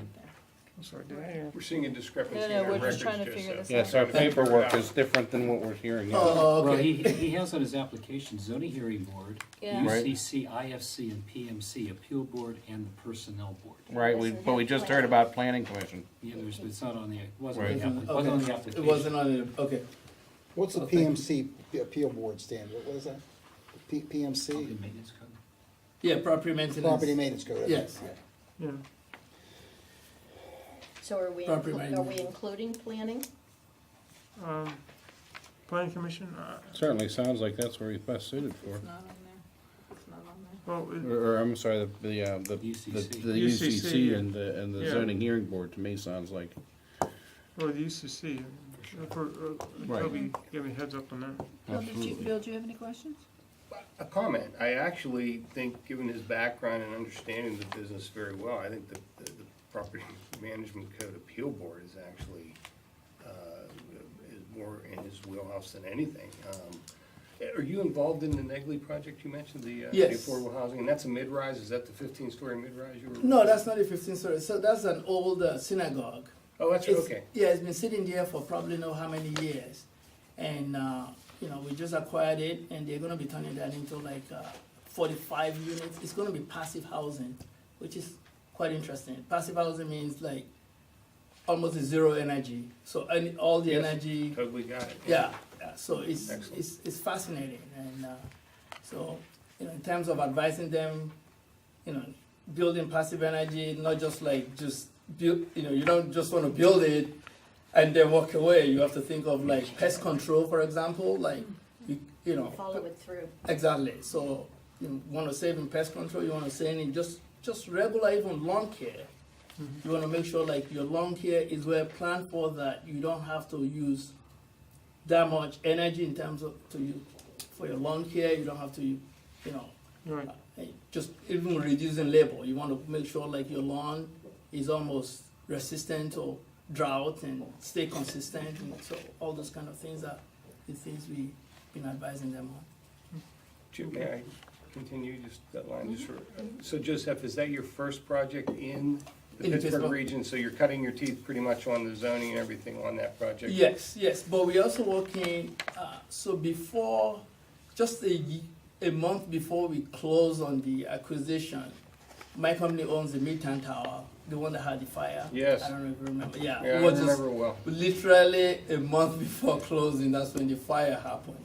So we walked right into that, so that's gonna be a major redevelopment, so it's been completely gutted out, and we're just literally starting from afresh. You're changing the city's fire codes over that, right? Yes, yes. Yes. Because the sprinkler, Yes. that came into play and all that stuff, yeah, so. Pleasure to meet you. Yeah, thank you. Thank you. Yeah, so it's, you know, and we are putting in $22 million into that building, and it's all going to be affordable housing, completely affordable, no like market rents, so it's, our company is, you know, our owners are doing some really wonderful things. I was blown away when they announced that like we're gonna put that much money into it, all for affordable housing. So that's unheard of. For my own interest, how are these buildings brought to you? So in Massachusetts, we have a reputation where like actually the state will invite us on some properties. They will say like, well, this property, you know, maybe the loan is come due. We want to maintain it and retain it as affordable housing. You know, we want you to apply for it. And so we have that. Another one that, I don't know if you know about Sharon, Mass. Sharon, Mass is a very small community just outside of Boston, south of Boston. And there was a school there, high school, it's been sitting there for 10 years with, you know, all kinds of asbestos and all that kind of stuff. Our company developed that completely, it's called Wilbur School apartment. We developed that into like part affordable and part market rent. And it's now like, you know, like in the center of town. It's very beautiful building that everybody's proud of. So Thank you. those are the kind of things that we work on, like, but it takes tremendous amount of planning and to make everything work, like, Right. you know. And that was a LEED Gold certified building too, like after it was done, you know. Thank you. Very interesting to hear you cover all these topics. I was curious, in general, do you have a staff of people that you direct, or how does your expertise get applied to these projects? So, in the 57 communities that I manage, each community has maintenance supervisor. So primarily, I would say like my hardest job is really managing people. But in terms of the project itself, so those are like completely separate from what I actually have to do. So when a project comes into development, they will form a team, you know. And if they're within my area, then I'm automatically part of that team. Those are the people that you would be directing, those 50. The people that I direct, that I'm responsible for, are people that are within the community itself, like the maintenance technician, the grounds people, the maintenance supervisor, within that. And if they have any capital projects, usually I'm responsible, you know, like they will get all the bids. I'm responsible for analyzing the bids, preparing a bid review, submitting the bid review, and getting all those kind of things. Yeah. Thank you, that answer, I think that answers my question. Thank you very much. I have no questions. Neither do I. Thank you so much for the good work you're doing. Yeah, thank Yeah. you. Thank you. Thank you, sir. Thank you. Thank you. Thank you for coming in. Thank you. Thanks for coming in. Are you Mark? I'm Mark. Okay, Mark. Oh, is there someone out there? Okay. Could actually sit down and bullshit on him for a while. Actually, here? I think like she next time? Who? Well, she is, but I didn't know she was here because she's not in here. So tell her come in. She's next.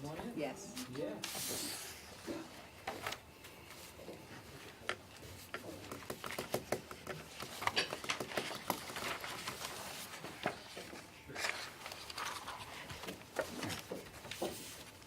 Hello, everyone.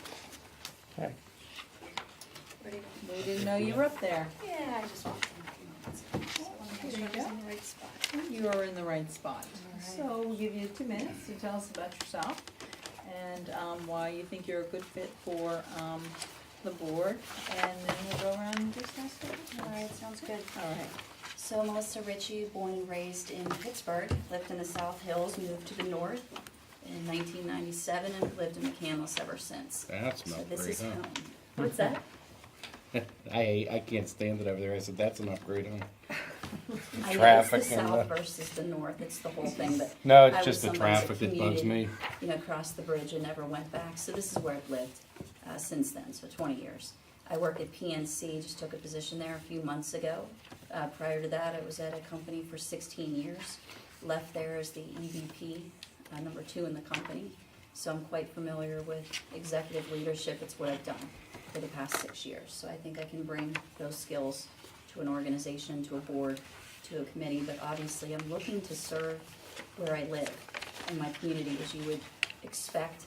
I get a good amount of offers to help because I run an institutional space with PNC. So I manage a team of about 30 people and about $7 billion in assets that I'm responsible for. So I have to make sure that all that works. And part of my job too, in working with nonprofits, is to help those organizations. So they're often looking for board members and committee members, but I want to be where I live, to be honest with you. And law enforcement, I mean, my dad was a Marine in Vietnam, so I'm very appreciative of the military and those who serve, especially on a voluntary basis as well. So that speaks to me. Thank you. Great. The police, the personnel board has the solicits and evaluates the applicants for the police force. So do you have any actually interviewing people? You do that in your career? It's a huge part of my job. I'm in the process of doing it right now, so I'm hiring for sales positions generally, because that's who reports up to me. So I'd say for the past 6 years, I screen the resumes that come in, I'll do a pre-call interview with them, and then get to maybe 2 or 3 candidates that I want to interview in person. And then I've actually, from an HR perspective, have done all the onboarding myself, including the training. Fortunately, I fired people as well. That comes with the position of hiring. You seem like you kind of do both, and I've done that for the past 6 years. Okay, thank you. I don't have any questions. I actually don't have any questions. In your hiring and firing, do you work with these people in between? Generally, yes. If Or I'm your the hiring connections, I manager. guess is what I'm asking, I'm sorry. You mean before they come to me?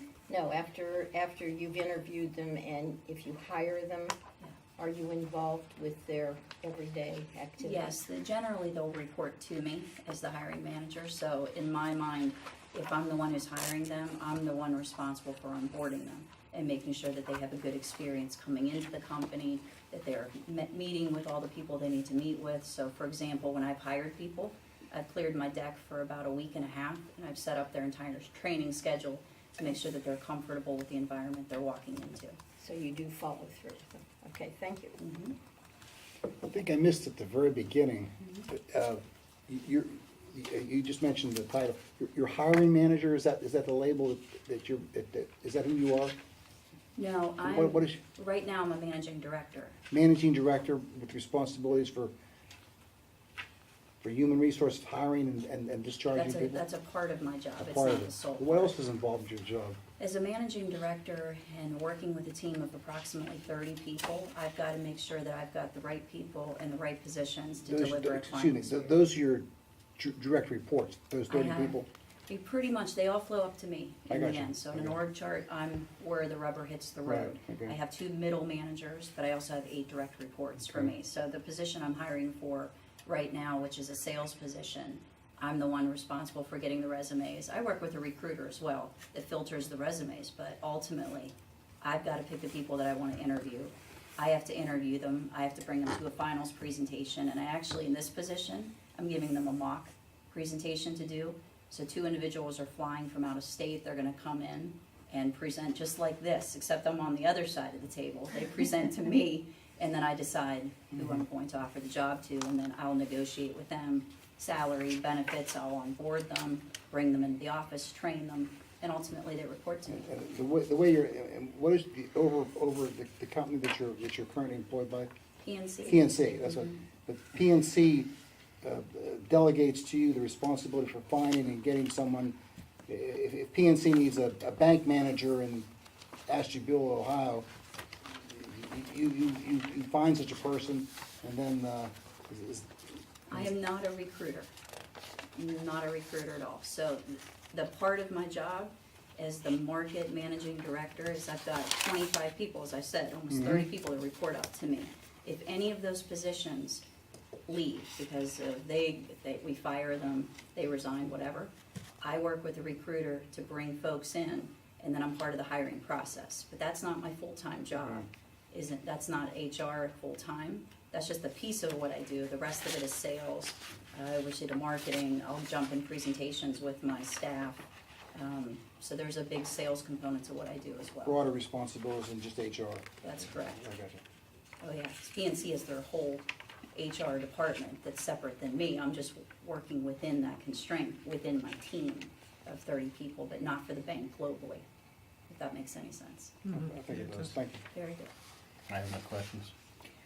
I don't either. Thank you so much Oh, for thank applying. you. Nice to meet you. Thank you. Appreciate everybody's time. Thank you. Thank you.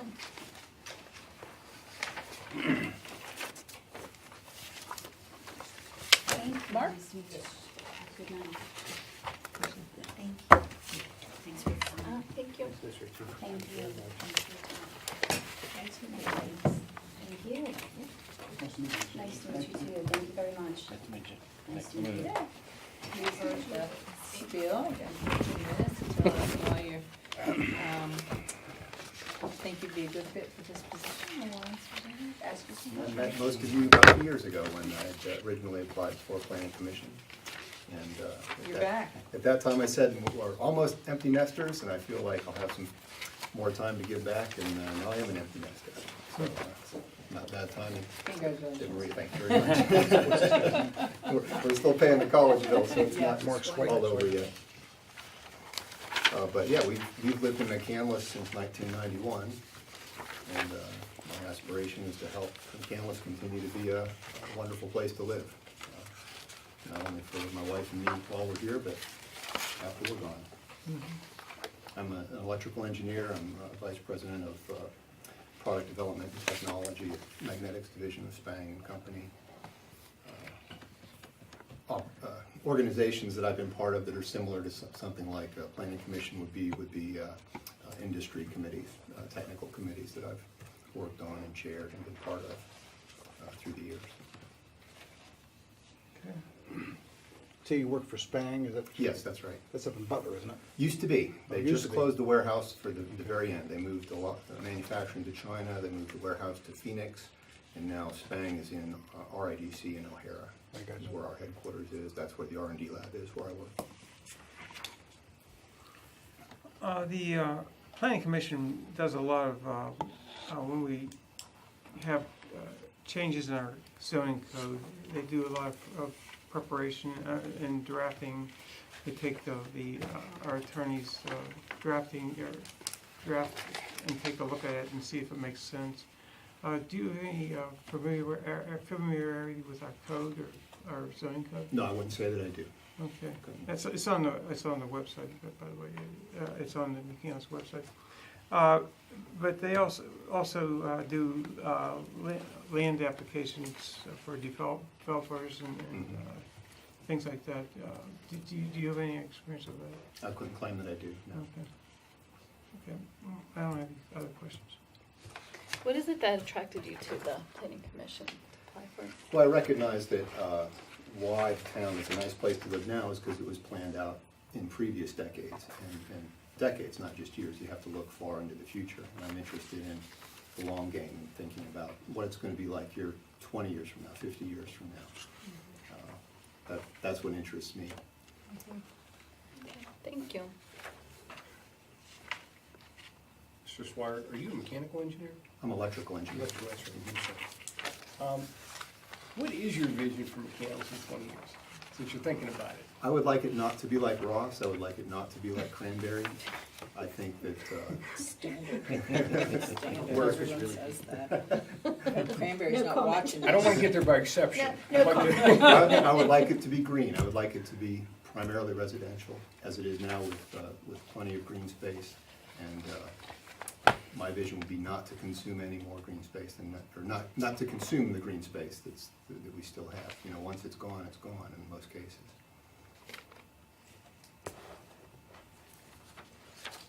I must ask you a follow-on. When you say not consume green space, I assume you're not talking about private green space that people have property rights to, right? Oh, absolutely not, no. Okay. There's ways of, having that space like grandfathered. I forget what the term is. I have a friend over here on Country Lane who has his land that's in perpetuity as long as when he sells it, then it's grandfathered to continue to be green and not subdivided. Oh, certainly. And he's made that provision with his land, and I think encouraging that is well for all of us. But I'm not saying we should go grab people's land. But, I didn't think so. That's no, why I no. asked. But we live just above Potter's Pond, and it would be to us a tragedy if that got developed for some reason. Nobody thinks it will. Yeah. But you don't know if you don't protect it and plan for it. So you're supportive of conservation easements, the whole Yes, sir. concept of that? I am. Okay. I'm in support of redeveloping land that's already been developed. Once it's been developed, and redevelop that. And you support redevelopment as well? Right, rather than going into new land. But at this time, you don't have any practical experience in zoning or planning? No, sir. At this time? Couldn't Okay, find well, thank you. Okay. What issues do you think this committee has to face at this point? I'm aware that they're working on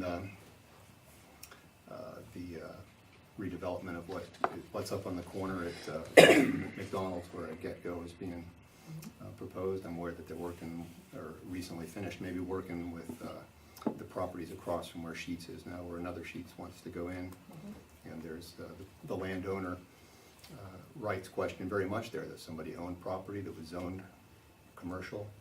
They purchased it or owned it knowing it was commercial, and they objected when there was a proposal to have it rezoned residential to change the layout of what Sheets wanted to do. And I understand that's a hot political issue. What is your feeling on it? I feel that the zoning, the laws are set in motion, and that's why you have to look far into the future to make sure that you don't set up laws and rules now that are going to be a problem for people later, because it's not fair to change the rules of the game midstream after people have paid money for land. Okay, thank you.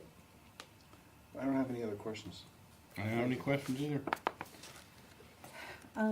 You talked a lot about green space, and did you consider also applying for the Environmental Advisory Committee, which actually is working on connecting some parks with trails and bikes?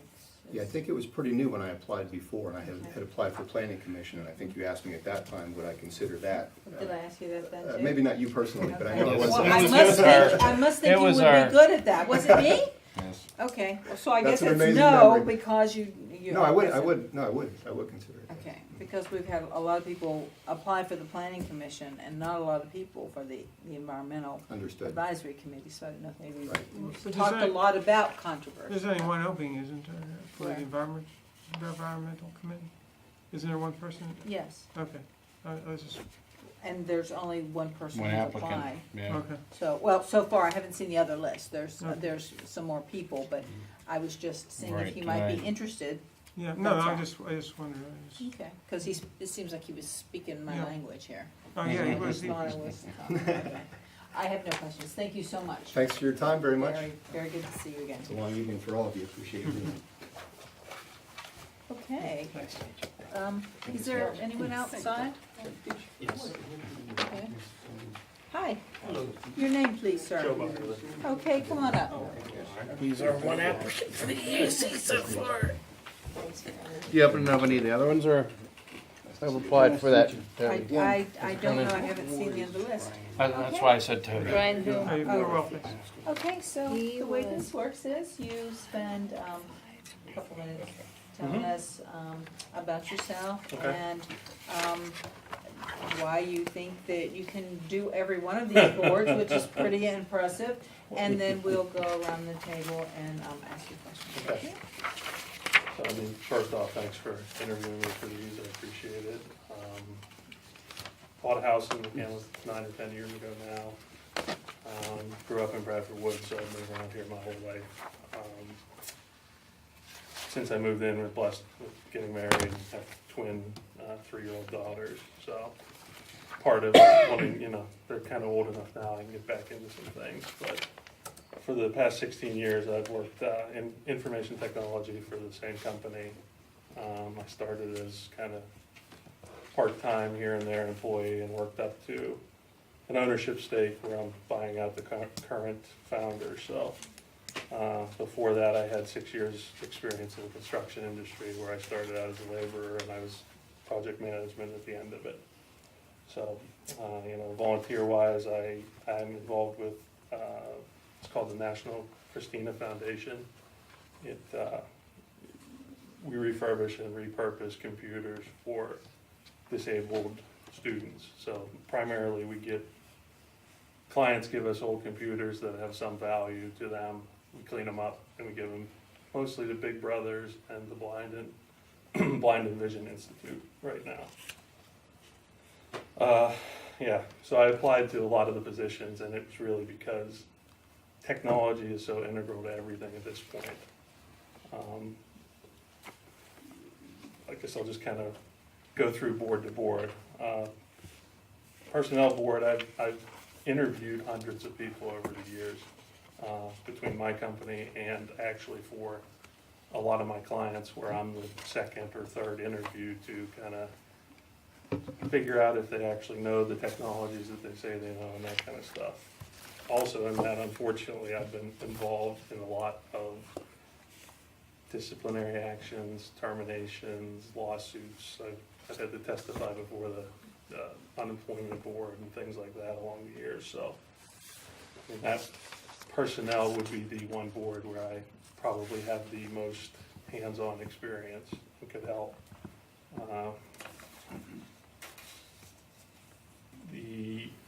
My primary focus in IT is I manage and support medical practices.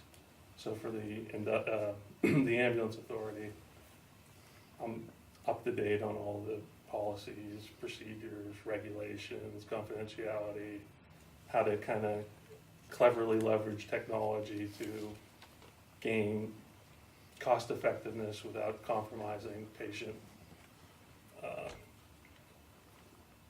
care. Sorry.